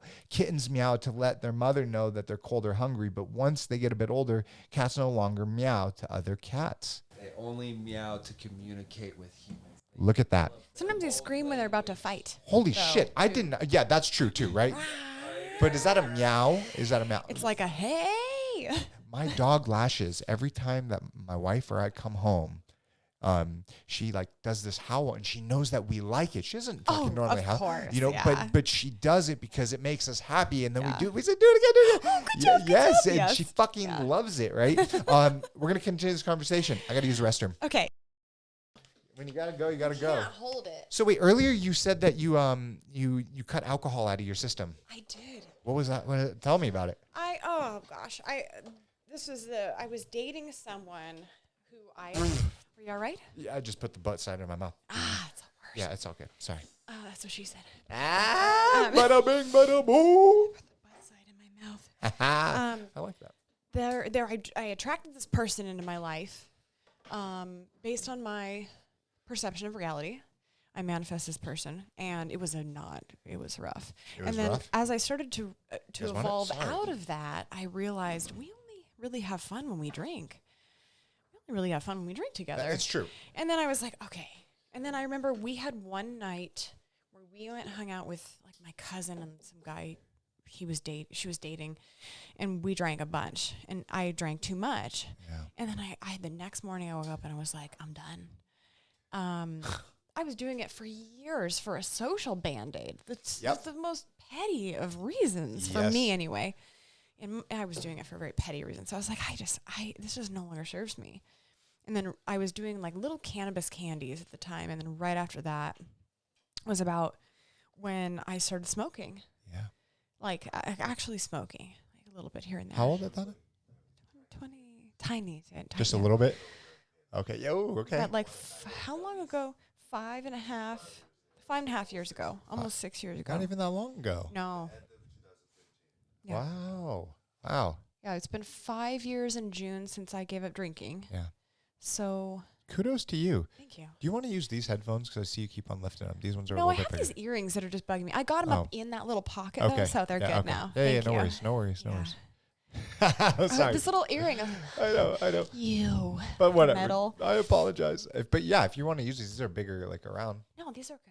Okay. Sorry. I'm sorry. I didn't mean to point out Okay. something. No, I have an odd shaped skull, so Yeah. sometimes it just things need a little stuffing. You have an odd shaped skull. I think love so. that. Yeah. Why? I think so. Explain. It's just interesting. And I was showing this picture. I had this really odd kind of couple months there. I was doing mushrooms and like investigating my family story. Yes. Just Okay. out of, I was like, how can I? All right, what's the real story here? Because I had some weird, interesting things in my family. And I remember looking at a baby picture of me, going, I don't look anything like my parents. And so there were two Ashley Nicole Millers, who's my legal name. Sorry, you can blur that out, or I don't know. I don't whatever. give a shit. Okay. As long as you don't care. And there were two of us, Yeah. us, born in the hospital on the same day or in the same time. So I think about, I took a DNA test like a while ago, and my mother is Greek and I'm not. So I'm just wondering, and I have a really, really, like looking at my baby picture, I had the weirdest shaped skull.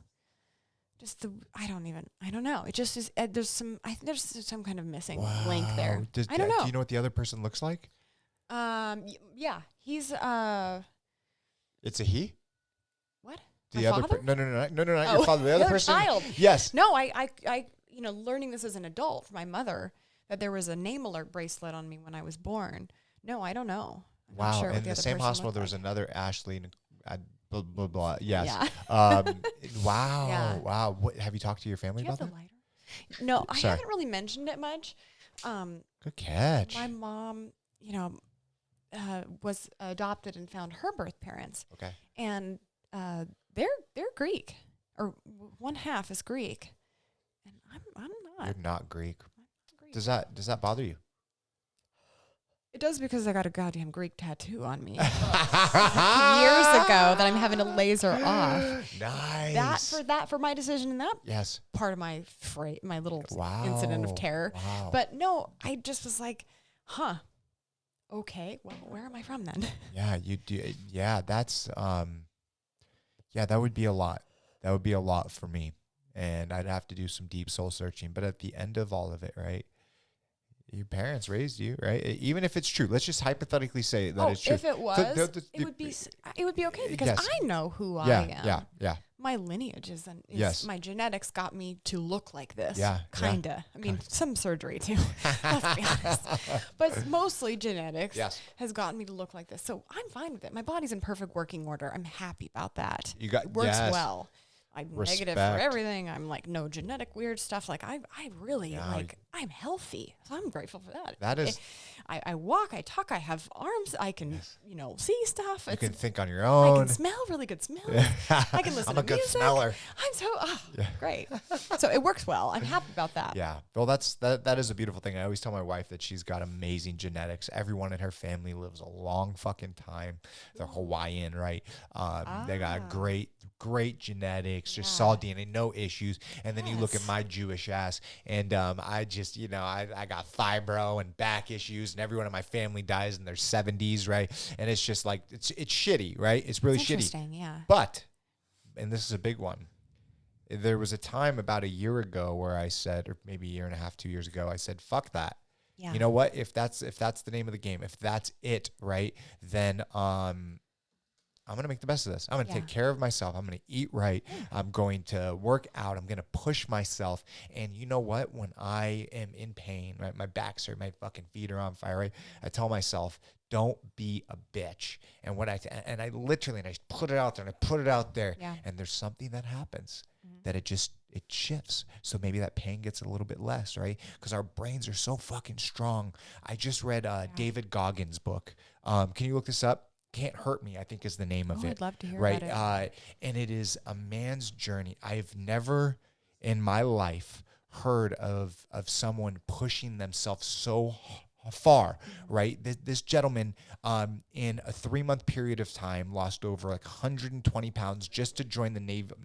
David Goggins, just to join the Navy SEALs, right? Or join the Navy, I think, then to become the Navy SEAL, right? And that's just like almost theoretically impossible, right? Yeah. And he pushed himself to do that. And then he went through SEAL training, right? Went through BUDS, and which is like one of the hardest things. Like they push you in Hell Week so fucking hard. And I want to look up this percentage, but a majority of them don't make it. Like, let's say there's 200, only like 20 actually make it, right? Wow. The book is called Can't Hurt Me, Master Your Mind and Defy the Odds by David Goggins, right? It just came out like a year or two ago.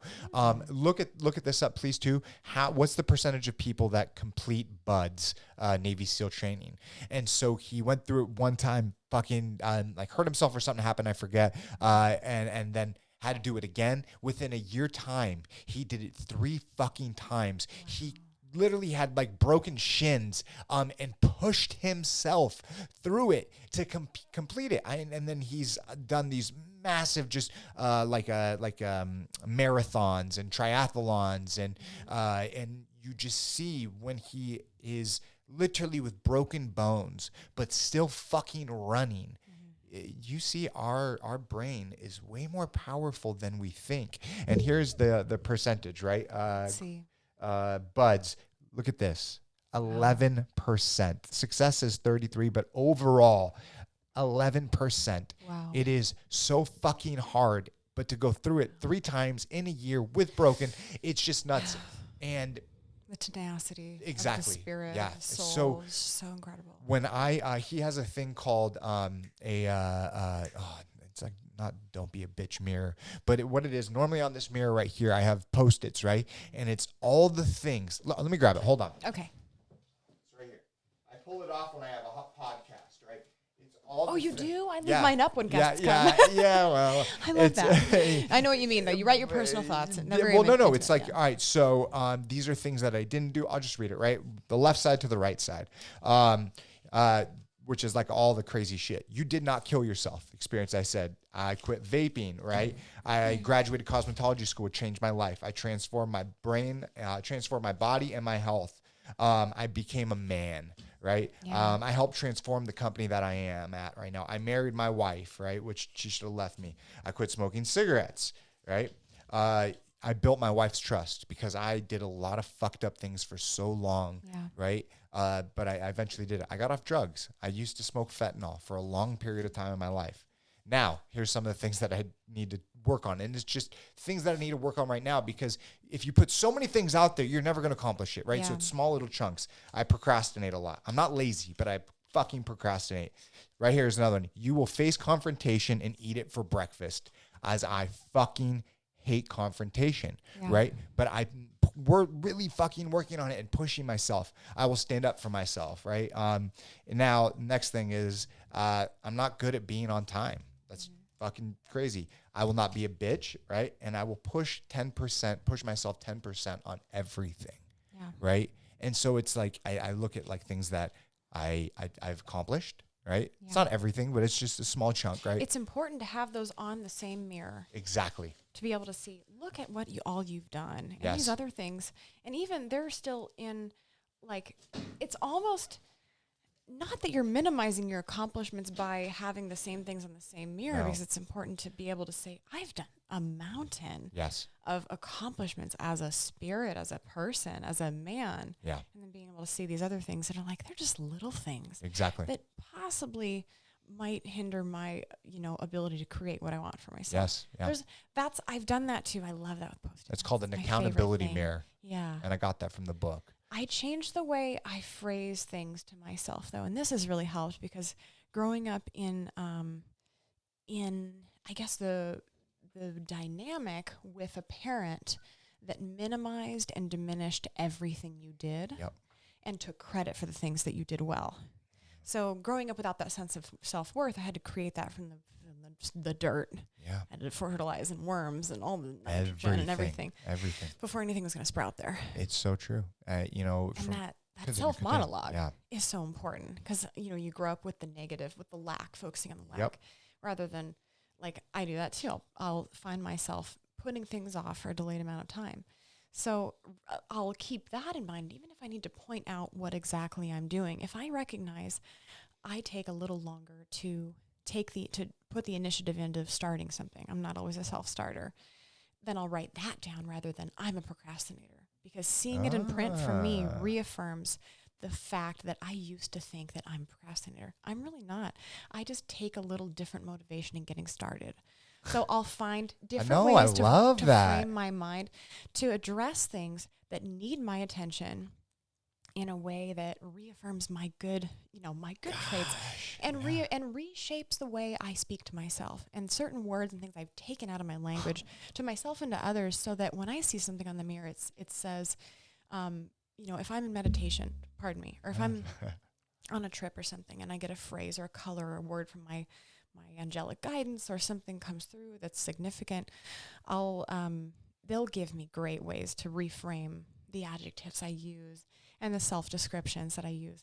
So I'll write something rather than, what I'm not. I'll say, I would like to feel more empowered in getting things done in a timely manner. Wow. I'll find like new ways to write to myself, to speak to myself, and changing that language has really helped me not like punish myself or dangle anything over myself so that I need to work for my approval. Yeah. I already am deserving, just as I am now, even as a procrastinator. I just need to change that word, because that is a self-limiting word. It is. It's so, wow. I'm literally going to take a lot from that, because it's like, I'm looking at it, I was like, don't be a bitch. Fuck, I'm not a bitch. Like, if someone breaks in my house or like something happens, like, I'm the first one to stand up. I'm the first one to literally do anything. But for me, like, confrontation, right? That has been a problem for me, right? It's like, but I'm at this point where I wrote, don't be a bitch, but it's like, no, I'm not a bitch. Yeah. I'm not a bitch at all, right? One of your other post-its said, stand up for yourself. So You can hold space as a man, Yeah. as the protector of your home, your wife, Yeah. your cute animals out there. Thank you. You know, you can, this is my space and I choose to make this space safe. You can do that with certain measures. Like you have Arlo cameras and Nest, and I grid my house with selenite because I'm the energetic weird one. But little things like that where you can make your space safe. You can have the utilities you need, baseball bat, gun, knife, whatever. You're like my and the ability to use. I have one too. Yeah, by my bed. It's wrapped in barbed wire, like Negan's bat. And it's so fun. Yeah, it is. But if you're like, okay, that's a tool that I will use in the event there's an intruder. Yeah. But otherwise, there's no need to anticipate an intruder. No, that's just creating fear of you're correct, right? Because I'm constantly in fear. Like my whole life, I've always thought someone was following me. Like I'll walk down the street and I have to turn around, right? For sure, same. As a woman, I don't doubt the world's that. gonna rape me. Yes. I'm not gonna get raped. It's very unlikely that I'm gonna get raped. Yes. But like that same thing with the don't be a bitch. Yeah. You're that you weren't the first one to speak that to yourself. Someone else spoke that to you No, first, not right? at all. 100%. Well, I grew up, my dad led with a heavy hand. Same. Beat the shit out of me sometimes. And, my mom just, I love her and she's changed so much. But she was confused when, she was younger and maybe didn't make some of the right decisions. And so I live my life now where it's like I want to do everything different than my parents, right? Same. Oh, yeah. And I definitely have, and I take it from you. Very, very similar on that. Yeah. But yeah, the don't be a bitch for me is like not like a demanding thing, but like for like my work, right? And things that I do. And sometimes I let things drag out too far where I should have stood up for myself at work, where I shouldn't be, just want to make everyone happy, a pleaser, I guess, right? And you don't even have to take that tone from your father's, dominating, don't be a bitch. That word needs to die. I mean, it does. It's culturally relevant. And it's fun. Yeah, fucking bitch. But men should never be speaking to themselves that way. And I'm honest with myself. The thing is like so many people, like so many dudes out there, right, are not honest with themselves. If they look in the fucking mirror, right, they're gonna band-aid so many different things. Everyone is, men and women. And if they do look truly deeply in the mirror, if that mirror is close enough to their face, they'll see, I'm not a bitch. I'm considerate of others, and I'm trusting in that what others say they're going to do, they will do, because that's the kind of man I am. Yep. So you can, you just fucking, it's crazy because like men are like, oh, I gotta, don't address feelings, don't cry, don't face it, don't break down, nobody needs to feel that way ever. No. Most certainly not men. And that whole don't be a bitch thing is like, if you like to, maybe set a higher, set the tone for the business interaction, you can do that. This is what I expect in our business interaction. This is the timeline I expect it in, and this is what we can come to agree upon between the two of us. And then if those, whatever, they don't do their end, then you can say, well, I'm sorry, but there's going to be a consequence for this. That way you take back this was the agreement, you didn't meet it, and I can hold my ground because I have that dignity in that I would hope that someone would hold me accountable if I didn't follow through with my shit. Wow. So you can still be and really just, I am sensitive and I am considerate, because that's being a bitch. Yep. If you're sensitive, if you're considerate, if you're introspective, and if you're mindful of others, and you give others a little cushion, because you would like a little cushion in the times when you couldn't meet demands. Yep. So it's great to be like, wow. All right, I just need to appreciate those qualities about myself. It's great to be a bitch. You know what? I love being mushy and emotional, and I love making people cry because I do tarot cards. And I do like mediumship work and stuff. Yeah. So I love helping people to cry because I don't make them cry. I help them cry. You have to be able to cry. Yes. Yeah. Like ever since I became like a dad. Yeah. The littlest thing, like watching TikTok is terrible. I cry like. The animal rescue stories get me the most. Or just the humanity. Just the ones where they still show that there's humanity out there. People just doing things just because. I tell my kids, do one good deed a day. That's all you have to do. At least one good thing for somebody. Holding the door. Simple. Hold the door for somebody that's just walking in. We're walking out of the door. We're standing there. They hold it. As soon as they touch it, thank you. And even if they don't realize, if there's whatever their age, if they don't realize what they're doing, I remember doing the same thing. My mother taught me very rigidly, you hold the door, you please and thank you, just the basic stuff. And I just did it out of habit as a kid. And then I was like, one day I was like, here you go. You're welcome. Enjoy your day. And I was like, fuck yeah. I held that door and I had a good, and I liked that person. I liked their smile. I hope they said thank you. And I felt it. You know, speaking with you right now, it's very therapeutic, right? It's like a lie. No, I'm so serious. Like just everything that you just said, you know, about being sensitive and like looking within and not saying those things to myself, right? Having more respect and more self-worth. That's huge. It's tough. We're not taught that. No. We're taught the complete opposite. Yeah. Comparison, scarcity, anticipation, worry, regret. Yeah. 100%. No, it's definitely a beautiful thing.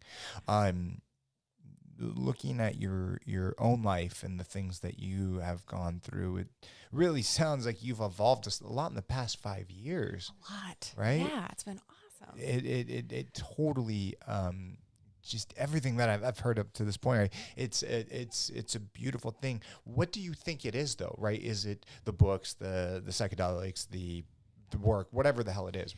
I think it's the big question. I think, what am I doing here? What is real? What is God?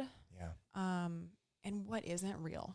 And I think detoxing hard off of some yucky food and opening up my glands and my consciousness and my awareness to what else could be questioned. What can I question? Yeah. Because nothing was making sense. I remember even being in school thinking, like, this doesn't make sense to me. That doesn't sound right. Yeah. History, chemistry, science, math, nothing sound or seemed, that doesn't seem, I don't know why. There's something in me that's like, that doesn't seem right.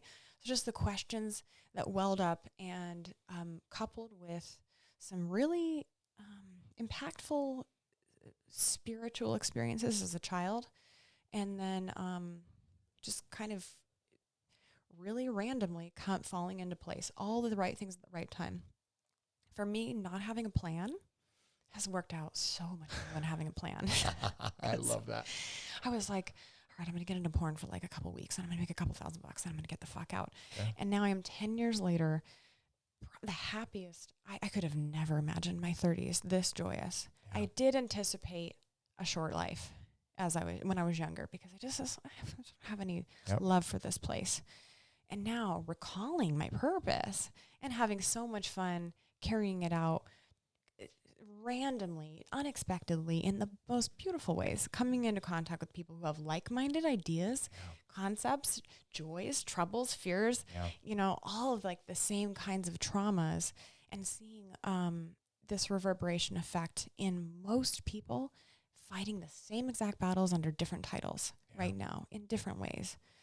And that there's a collective conscious evolution going on in all ways, and all systems have to be overturned in order for us to really truly move forward as a one human civilization. Absolutely. No, 100%.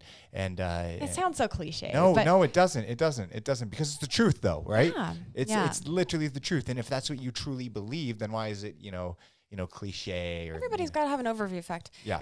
Everybody's polarized and, my microcosm is not up to my standards. Yep. And it's like, but you are the standard and you are the creator of everything you're getting. Yep. Everything you're getting. 100%. 100%. And life we're just co-creating. They're not doing unto each other. We're just co-creating. That's what we're here to do. And life isn't linear, like you said, right? It's not. No. It's like life is like a relationship. Sometimes it's great. Sometimes it's not. It's in and out. It's around, up, down. It's a fucking roller coaster. There's blips in what we think is linear time that isn't. No. Because it's like, how do you explain, the Mandela effect? Yeah. Do you remember the Berenstain Bears? No, I don't. Remember the Berenstain Bears? No. Okay, but before you look it up, let me ask you, was it Berenstain? What was it? Bernstein Bears. Berenstain, right? Okay, I'm lost. You know what they're talking about? Okay. So life lessons, right? But it was the Berensteins. There was the mama bear, papa bear, and then the two babies, right? Boy and the girl, son and daughter. The Berensteins. Now it's Berenstain. Berenstain? Stain. Do you remember it that way? Can you please look this There's up? no I way, have right? no idea what the heck you guys are talking about. So these little blips in time where all of a sudden the timeline will change.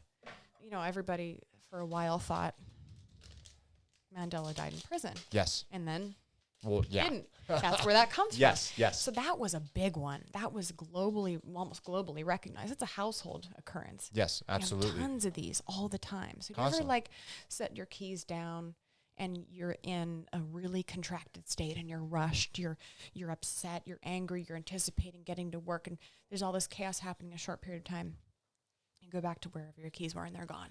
Yeah. Gone. Yeah. You just set them down. So it's so funny. Oh my God, that was the worst. And if you guys want some, here, take some. I'm so sorry. Roll some. Okay. But you'll have these like blips in time where whatever you're anticipating or expecting will shift the outcome of whatever's happening. Like nothing's solid. You know, like on a quantum level, everything's fluid. Yeah. There's like 0.01% actual physical matter. Everything's just dark energy, dark matter, photons. Yep. So there's no solid thing. No. It's just perception. It is. And that's why in quantum experiments and stuff like that in a lab, they don't observe the actual experimentation because it can change the outcome based on their conscious expectation. So anything you're observing is just, I see 2 earrings here and a phone. But if I walk out and I get really pissed and then I get confused and then I get angry and I come back and something's different here, I'm like, well, I changed this reality somehow. Surrounding, like, I can't fucking find my phone and my earrings. I'll come back in here where I left them, and because I was angry out there, I'll change where their location was. I'll find them in 2 weeks after retrograde's over or something like that. God damn. Okay, hold on. Home of the Berenstain Bears. Let's hear this.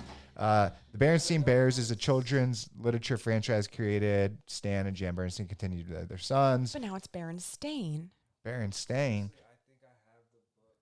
With Berenstain. Oh, here we go. Right? Why did they change? Why did Berenstain Bears change to whatever? This is a widely known thing. His elementary school teacher said that his name was spelled incorrectly and that she was changing to Berenstain, and she wouldn't recognize the spelling of his name in her class because there was no such name. What the fuck? Like this, we go back from I remember the first books. We all had those. them. Look familiar, but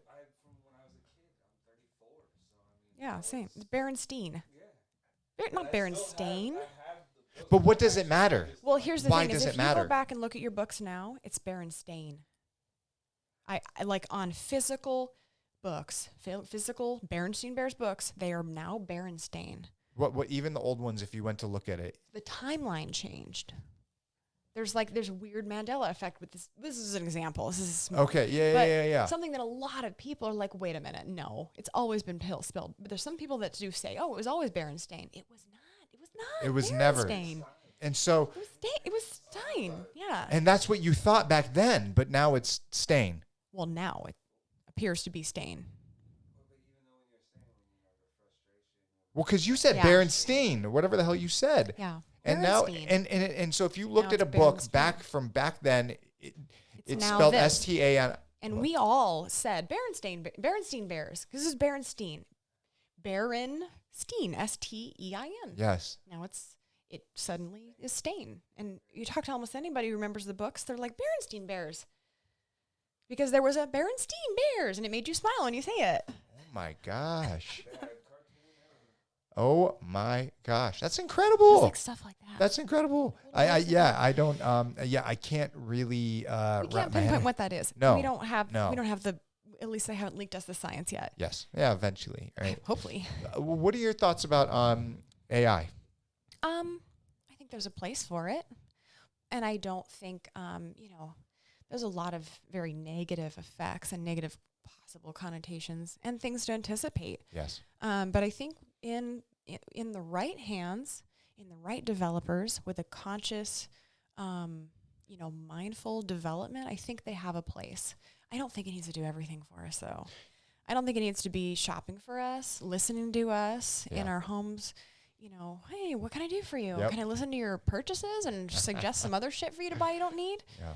I think that there's a very valid place for it, just like anything else. Yeah. It's got a polarity to it. It Of has course. a negative and a positive side. Yeah. Like everything in life. Like everything. Every single thing in life. Yeah. That's I see people working on this side, and then I see people like Elon Musk, right, creating the Neuralink, and I don't think that's necessary at all. But what happens when there comes a point when AI becomes so strong and we can't defend against it, then I you don't just think merge we'll with reach it. that point. You don't I don't think think so? the singularity will become reality. No, I think Seriously. I think that that elitist developer side really wants to unify that. Yeah. Because it's easy to create, droids out of everybody. Yes, of course. And have them walking around buying what you suggest to them, being so suggestible and just, okay, give me a shot, give me a pill, give me a reason to hate my life and to become negative, just capitalist shit, Yes. just to help everybody, all the elitists get richer and the poor get poorer. Well, that's exactly it. I mean, the wealth gap is fucking insane. It's devastating. It's literally insane. And this has a huge effect on it.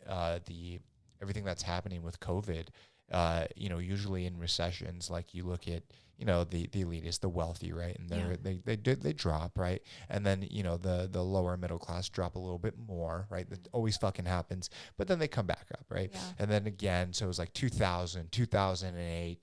But then you look at this one and it's like the upper class, a little blip, but the lower to middle and even lower has dropped way more, like 75% more. It's a huge problem. Yeah, it is. And they're like, well, we'll put this implant in this pig brain, and this will fix everything. He's revolutionary and incredibly intelligent and very helpful in a lot of ways. However, you don't believe in this one. I don't think that's really. I don't think I that understand. I'm against animal testing anyway. I understand. Why do you need to take a pig who would never, in her right mind? And they're smart. Please put it in. They're incredibly intelligent and empathetic and kind and soulful. Yeah. So would I want to be abducted? Because we're going to have the non-terrestrial connection very soon. I think. So? I think we're going to have open contact, and everything's going to be great, and we're going to learn a lot finally from our star-faring brothers and sisters. Yeah. But I think if I was to be picked up before I had any connection with non-terrestrials, if I had been picked up by a ship and put on a table and implanted and tested on repeatedly, consciously for hours, and then slammed in a cage and been given shit to eat until I died, that would suck. That'd be fucking And terrible. I can empathize with that being a terrible possible reality. Yes. Who knows? Yeah. But, like when they're snatching monkey babies out of the jungle to go do tests on, the baby monkeys, that's the same reality for them. Yeah. Oh my God, this is really scary. I do feel like those are a lot of the times very different. This is, I don't know how they take care of them, but they implanted something in their brain.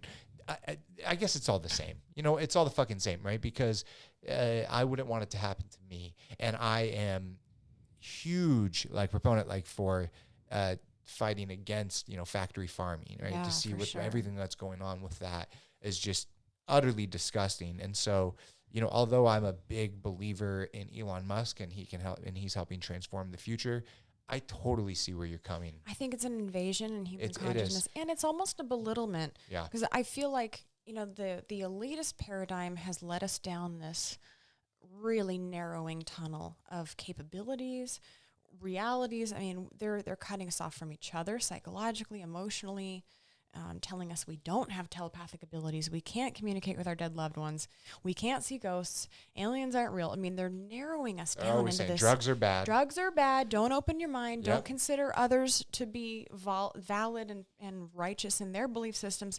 Don't think anything besides outward of what you think is real is real. Don't, and then they're like, and put this chip in your brain. We'll tell you what's real. Yep. So reductionist. Yeah. And it's belittling because I feel like, we have like all of these, interesting things like we were talking about near-death experiences. Somebody has an NDE and they come out of it a savant, or they have a head trauma and they come out of it a savant. They have some incredible capability. Where did that come from?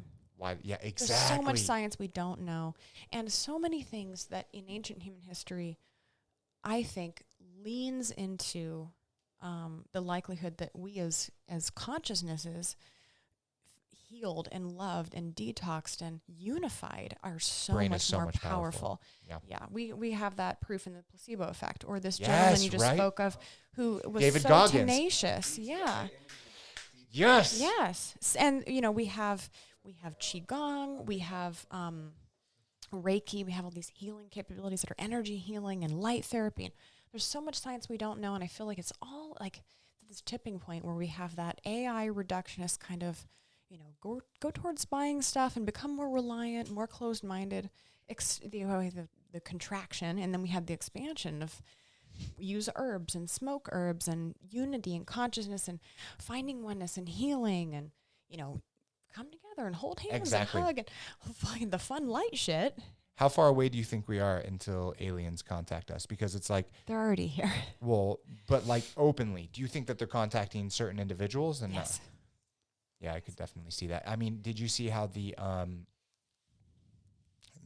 government came out? I'm drawing a blank on who came out, but they said they either recovered parts of this craft. I don't know. They didn't finish the story, but like they're giving us hints, more and more hints that there is this reality that the first to mention, to quote the media, which is also the complex.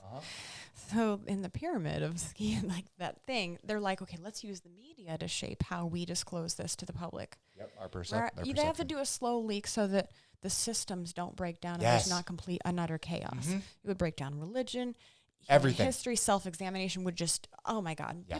People aren't ready for that level of the dark night of the soul. I think we're sneaking into it with cannabis legalization and psilocybin. Huge. Yeah, which is great. I think the introspection is the first step, because even the non-terrestrials, I think they know we're not really ready for that open contact yet. Most of us aren't. No. But some of us are. Yes. And it's fun because like I follow a lot of Stephen Greer's work and the CE5 contact stuff. My friends and I have done contact events at my home, and it's been really fun. Explain that. So there's an app. There's Unacknowledged, and what was his last documentary? Let me see. I just watched it. It was incredible. Stephen Greer.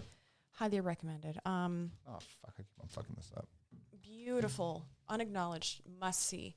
And then the recent one he just came out with, let's see. He'll probably pull it up before I can remember it. Stephen Greer. Right there. Do you see him? Incredible work. Totally destroyed this. I've never done it this bad. So the CE5 contact app, let's see. What are those? Unacknowledged.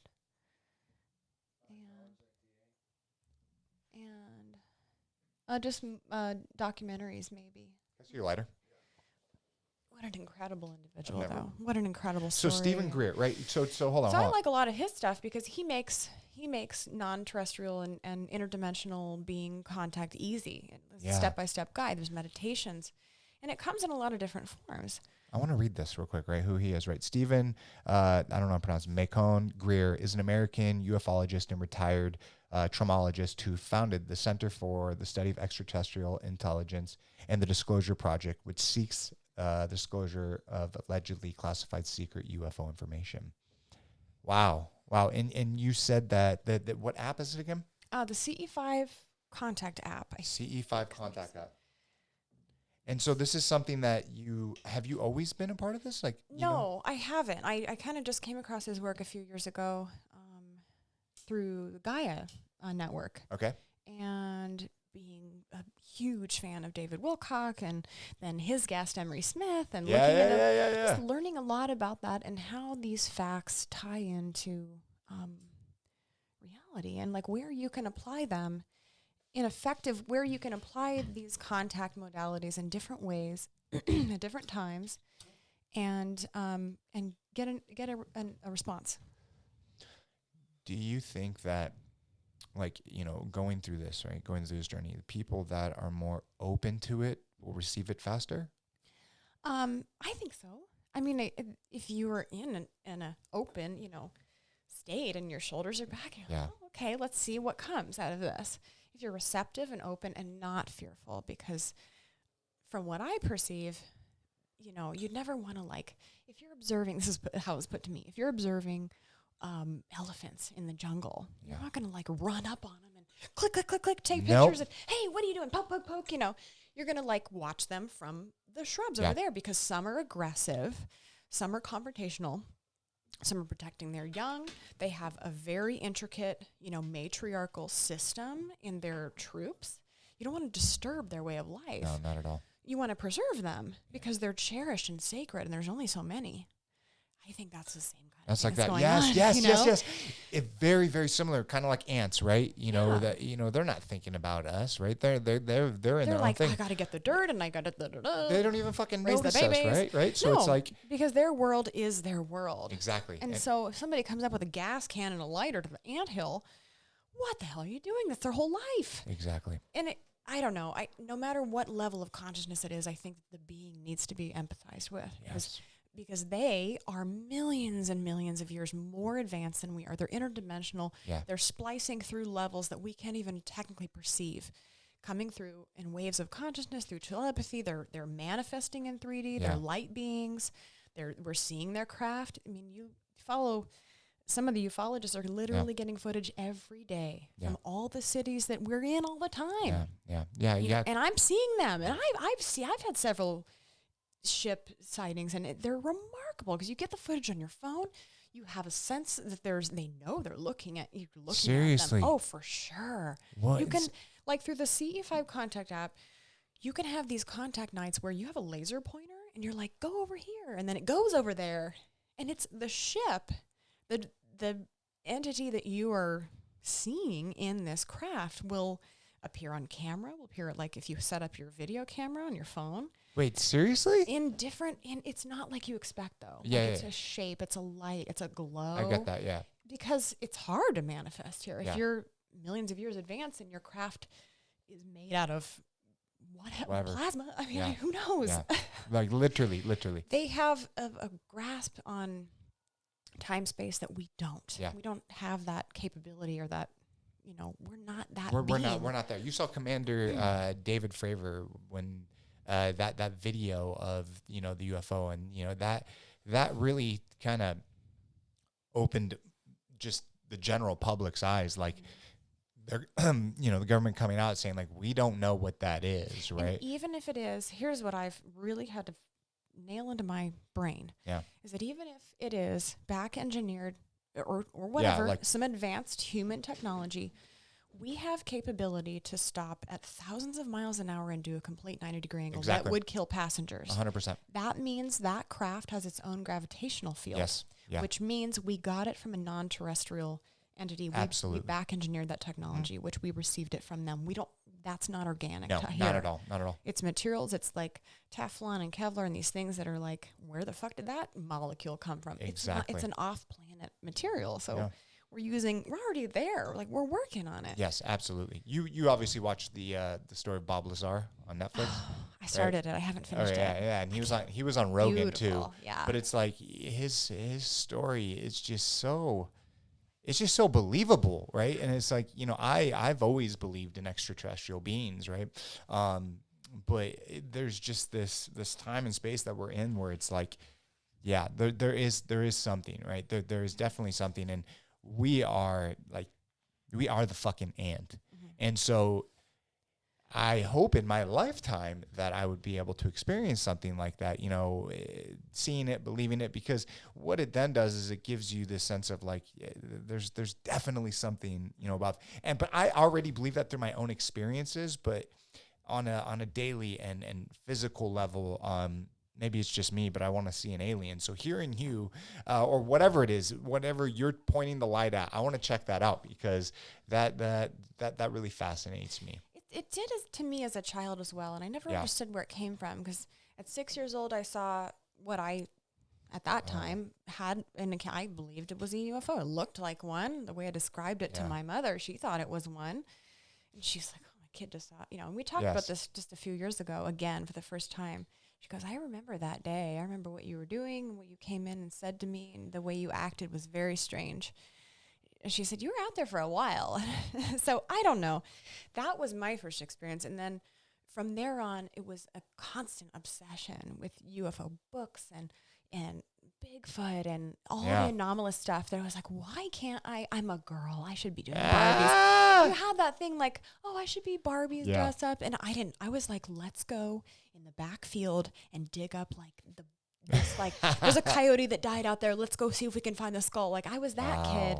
Because I liked science and I liked like the possibilities of stuff. And for me, I've always like aliens. What? Yes. Yeah. Where are they from? Like, do they speak? What do they want to do? Like, is there something above them, right? I've never actually really thought this, but like, if there's obviously levels, which I believe there are, right? Yeah. So you got the ant, you got the buffalo, you got the human, you got this, that. So then whatever above the human, right? Or at least in our brain, aliens, right? Is there something above that? And is there fucking levels to that? Do aliens believe in aliens? I think at some point you lose the physical body. Like if you've seen those Tibetan monks that go into light body after, experiencing samadhi for so long, I think that's very real. You go back to your photonic body, you leave, you ascend. Yeah. You ascend essentially. I think that, I think as an incarnate, you choose. And I think that with, with extra dimensional beings, they would be just a consciousness or a collective consciousness. Like Arrival. Did you ever see the movie Arrival? No. Arrival. Arrival. Yes, I read the book. It was incredible. Yeah. I didn't read the book. I saw the movie, but it's, I think, very similar to what you're talking about. It's like they weren't, if there wasn't a physical shape, it was a collective, and it seems so realistic. They're here and they're just here to observe. It's just different. Yeah. It was, I think it was, and I think movies, that one really did a strong job at humanizing their visitation, because I think that's what we need to do. We need to get away from Hollywood's angle of like scary alien. And I think there are benevolent and malevolent entities that are like, hey, let's play, and you choose. But it's your choice. Yeah. If you, I have chosen to, if I'm going to do the contact Z5 app and groups of people, I want to reach out to a being that has something to help us with. Wow. Do you have any help? Can you assist? And they're so excited to do that. It's seriously? It's I've got really to check cool. this stuff out. It's fun. It's it's always fascinated me. As we kind of start to bring all of this together, right? I want to bring it back to your story, right, and back to who you are as a person, right? You've gone through these past 10 years. You've built, Nicole Aniston, right? But Nicole Aniston obviously doesn't define you. You are your own individual, right? Yeah. What's next? What is the future for you? Like, how long will you be in the industry? Will you always be in it? What are your thoughts? I would like to see, people kind of start to normalize sex so they can stop seeing me as the other. Yeah. Because we're already pariahs. Mm-hmm. It's just where we are right now. But I see this trend in cultural, like normalizing adult industry entertainers and women and men now using OnlyFans openly to earn an income. I think that's going to normalize sex work, which will be great. I'd like to entertain as long as I'm continually tolerated. If they want to see me, I'm happy to provide it. Even if it's just for that small group of people that are like, oh, you're a classic. Yes. Whatever. The OG.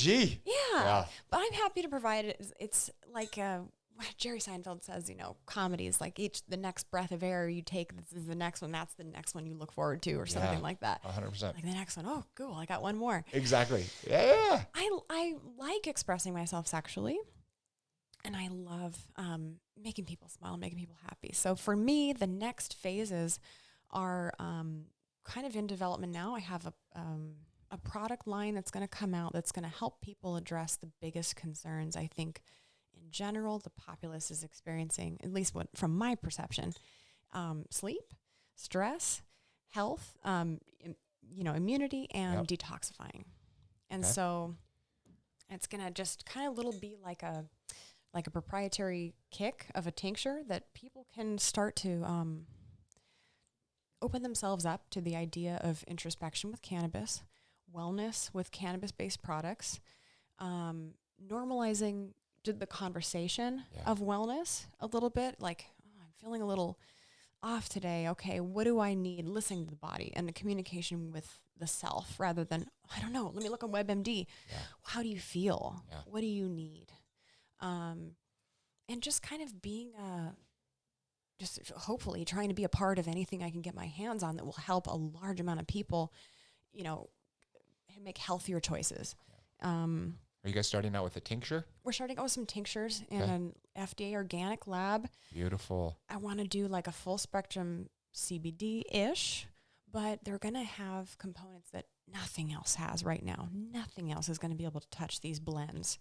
A morning, an evening, and an immunity formula. There we go. So just stuff that like everybody's, you have trouble getting up and getting your jazz in the morning, you know, the immunity is going to help you with that. And the longer you stay on it, the more benefits you're going to continually see.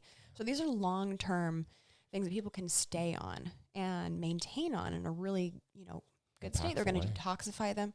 We're going to put stuff to pull the bad shit that resides in the body and blocks these amazing cannabinoid receptor sites. So we're gonna unclog all that, unclog these little receptor sites that aren't absorbing zinc and keeping people contracted. That's beautiful. And in a stagnant state. And I know the first thing that I did was address my health before I started consciously progressing. 100%. I was like, okay, what am I doing? And then I just got this thing. I'm like, I gotta detox. I gotta detox like crazy. And I gotta find the foods that heal my microbiome and my biology. That's exactly it. How does, 2 questions. Do you guys have a name yet? And then, well, let's start with that one. What's the name of the company? Atana. What does that mean? I like the sound of the word. Beautiful. Really? No. And it was it's almost like a chord. I would find the thing on YouTube, but it's really loud. So I'll send it to you, like, so you know. Please do. But it's the sound is just like, something like speaks to my. There's like a fire, like churning in there. Like for some reason, this sound is like, yes. I love that. So I just was like, that'll look good in a label. Yeah, no, Atana, but the story behind it, that is beautiful. The sound just, I'm an audiophile. Yeah. I didn't figure that out till way later in life, but I'm a very odd form of audiophile, and certain chords to me and certain pitches and tones are very exciting. Yep. In a cognitive way, not in a sexual way, but like, no, I get it. There's a different level. Yes. So certain sounds and stuff, I like, yes, I like that. What's the word for that? Beautiful. Yes. So It's so true. My wife and I listen to we've been, turning off the TV when we fall asleep, right? We started off as brain sounds, right? And that really helped us. But then we've just been kind of graduating to these different sleep sounds that really connect with us. And I don't know the name of it. Maybe it's Atana. I don't know. But there's this one chord, like boom. And when you're like trying to fall asleep, this feeling inside of me, it's almost euphoric. It's like that feeling of when you're on like MDMA and that peak feeling. It's like that, like fucking insane. And it's cool because you can activate those particular energy centers, the glands in your body that actually do separate things. And like in the morning, I have certain tones and pitches that I'll listen to to start the day. I gotta look into that. It's cool. Yeah. Even on Spotify and like common music, accessible channels and stations, you can find these frequencies with meditation music or something. Like some of them are heavy drumming, and sometimes you need, like, if you think about drumming circles in indigenous ceremony, they would drum all night and it would access these incredible states of altered consciousness. And we've lost connection with a lot of the ritual, but the sounds can still really activate, parts of us that we don't get those frequencies anymore. No. Not as strongly. And when we really focus them in and give them intention, they're like, we're affected so strongly by those vibrations, those frequencies. Yes, I love that you are into this, and so it makes sense when your brand's name is Atana, right? Yeah. It's a beautiful name, by the way. Thank you. Seriously. And so, what is kind of the next step? When are you guys launching? What roadmap are you on right now? We're shooting for early December. Okay. It's soon.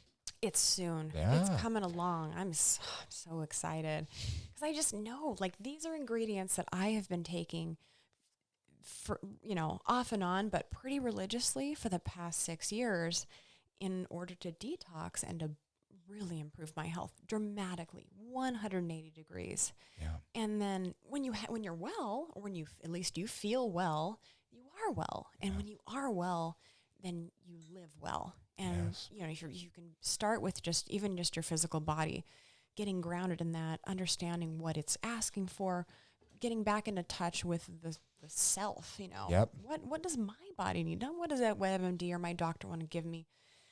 there's a lot of consciousness related health issues too. Yeah. So it That's all is like this huge. web. It's awesome. It's so integral. And it is. Will you guys be delivering a lot of information? I saw that you pulled up Tuvan throat singing YouTube. It's Tuvan, or Mongolian throat singing, known as the Komel, is one of the particular variant of overtone singing practiced by the people in Tuva, Mongolia, and Siberia. In 2009, it was inscribed on the representative list of the intangible cultural heritage of humanity of UNESCO. Wow.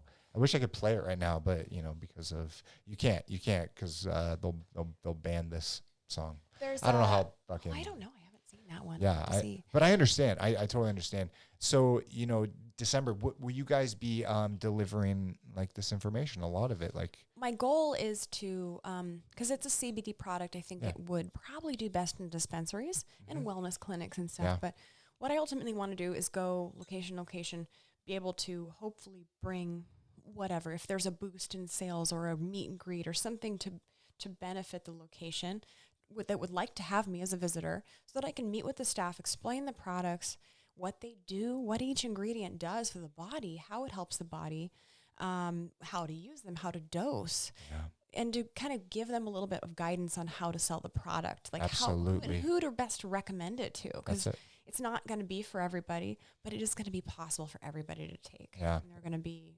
immensely helpful. I can't wait. It's so exciting. How long have you been working on this? A while. The formulas and stuff, years, because they're things that I've found most effective, that I've taken for years through trial and error, and have corrected my health issues and found wholeness. And I'm plant-based. I've been vegan for almost 7 years, and good for you. I get my numbers back every 8 months to a year, and they're always great. Yeah. A little dip here and there, but who doesn't? You look at anyone who's keto or this or that, and we're all going to have deficiencies, peaks and valleys, depending on our stress levels, what we're eating, what we're doing, our activity 100%. levels. We're all going to have these little things we've got to adjust. Yeah. I think it's about being mindful, addressing them, rather than going to the doctor 15 years after you have a pain in your side and you've got a tumor or something that you could have addressed had you just been at home in your body. Yep. Open and honest aware with yourself. of, okay, I have a little pain. I'm going to check it out, and I know it's going to be okay. Yes. Not this whole white coat syndrome that we've been trained to have. Yeah. Because we're so terrified of a diagnosis. Yeah.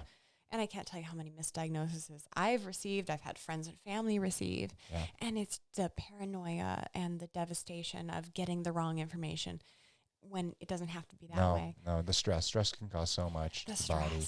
Yeah. It's seriously so true. It's cyclical, and it's tough. It's tough to get out of that.